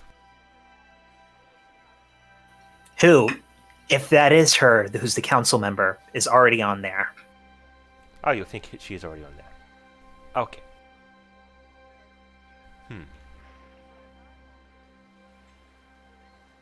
Sorry, did you mention that there's the only two people visiting, aside from the Golem producer, Shoji? Well, I've heard rumors about different people going on there. I've heard rumors that there's the head of a smuggling outfit. What do they call them? 67th Cadre. I heard that there's some Zihao Chundu guys on there. They're like one of the biggest purist groups, which, I mean, that's gross. Like, a quarter of the people in Perkuma are sea orphans, but whatever, I guess. Oh, and then I've heard a lot of rumors about this one guy. His name is Yashiro. I guess he has a big temper, but he's a big deal because I guess he's like the wealthiest guy on Thalassia. Really? 67th. I don't know if that's relevant. Peyton, didn't you come across them on your trip to a different island? Oh crap! Remind me.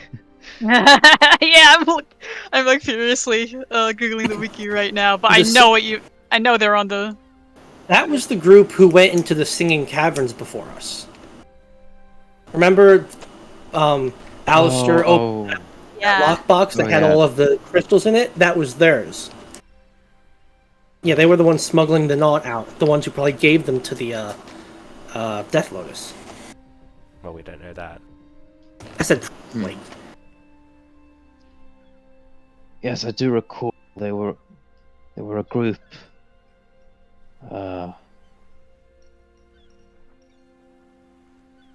who traveled into the caverns beneath Juniper before us.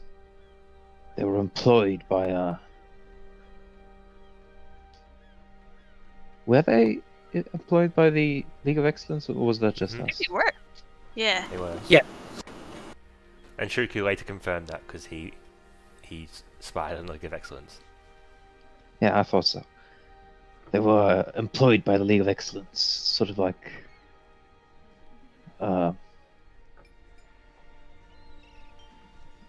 yeah, works for hire.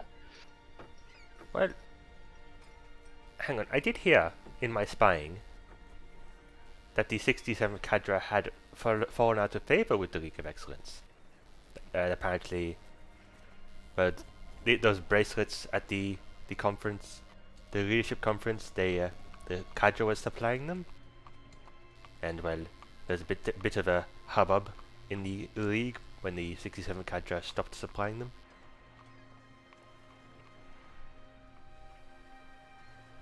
Okay, so we've got some internal tension, some drama. Well, and well, I happen to know a lot about this Thalassian. I don't out of character, but in character I know a lot about him, I assume. Oh, okay, well that's something useful. Do I have to roll a history check because I've interacted? Well, Oh, we can figure that out later. She says, okay. okay, so we've got a few options open to us. As I said, I haven't interacted with the brand directly, but if you want to, I could take you to that wood carving apprentice. Maybe he could show you a little bit, sketch it out more accurately. Sure, that is a good first step. We have to restrain. We have to confine our operations to the village for now. After all, which I think just leaves the carver, the mystic, and potentially this armed dealer. Which I guess maybe are the three we should focus on, because they are in the village itself. So, as you lay out your potential plans, your all of the various ways you could get onto the Dragon's Fate, she sort of leads you, diving once more out underneath this interesting craft, this old Ikebana club. I don't mean to interrupt the flow of things, but Sure. Fukuro would, as the rest of them are leaving, he would pull Musaka aside real quick. So Yeah, he like- does. Fukuro kind of waits for the others to get going. Musaka. He was kind of like staring blankly into space for like a lot of that conversation, and then she looks back. Yes. I do not normally like to do this, but on a mission like this, I cannot afford to have any unknowns. You went over your dreams with Liu in detail, and you never mentioned anything that he said about Chengok's sister being a mystic. Where did you actually get that information? No. It was said by Lou. You see, it was just such a strange small detail. I didn't even know if it was important. You know what I mean? Chengok visiting his own sister was a minor detail?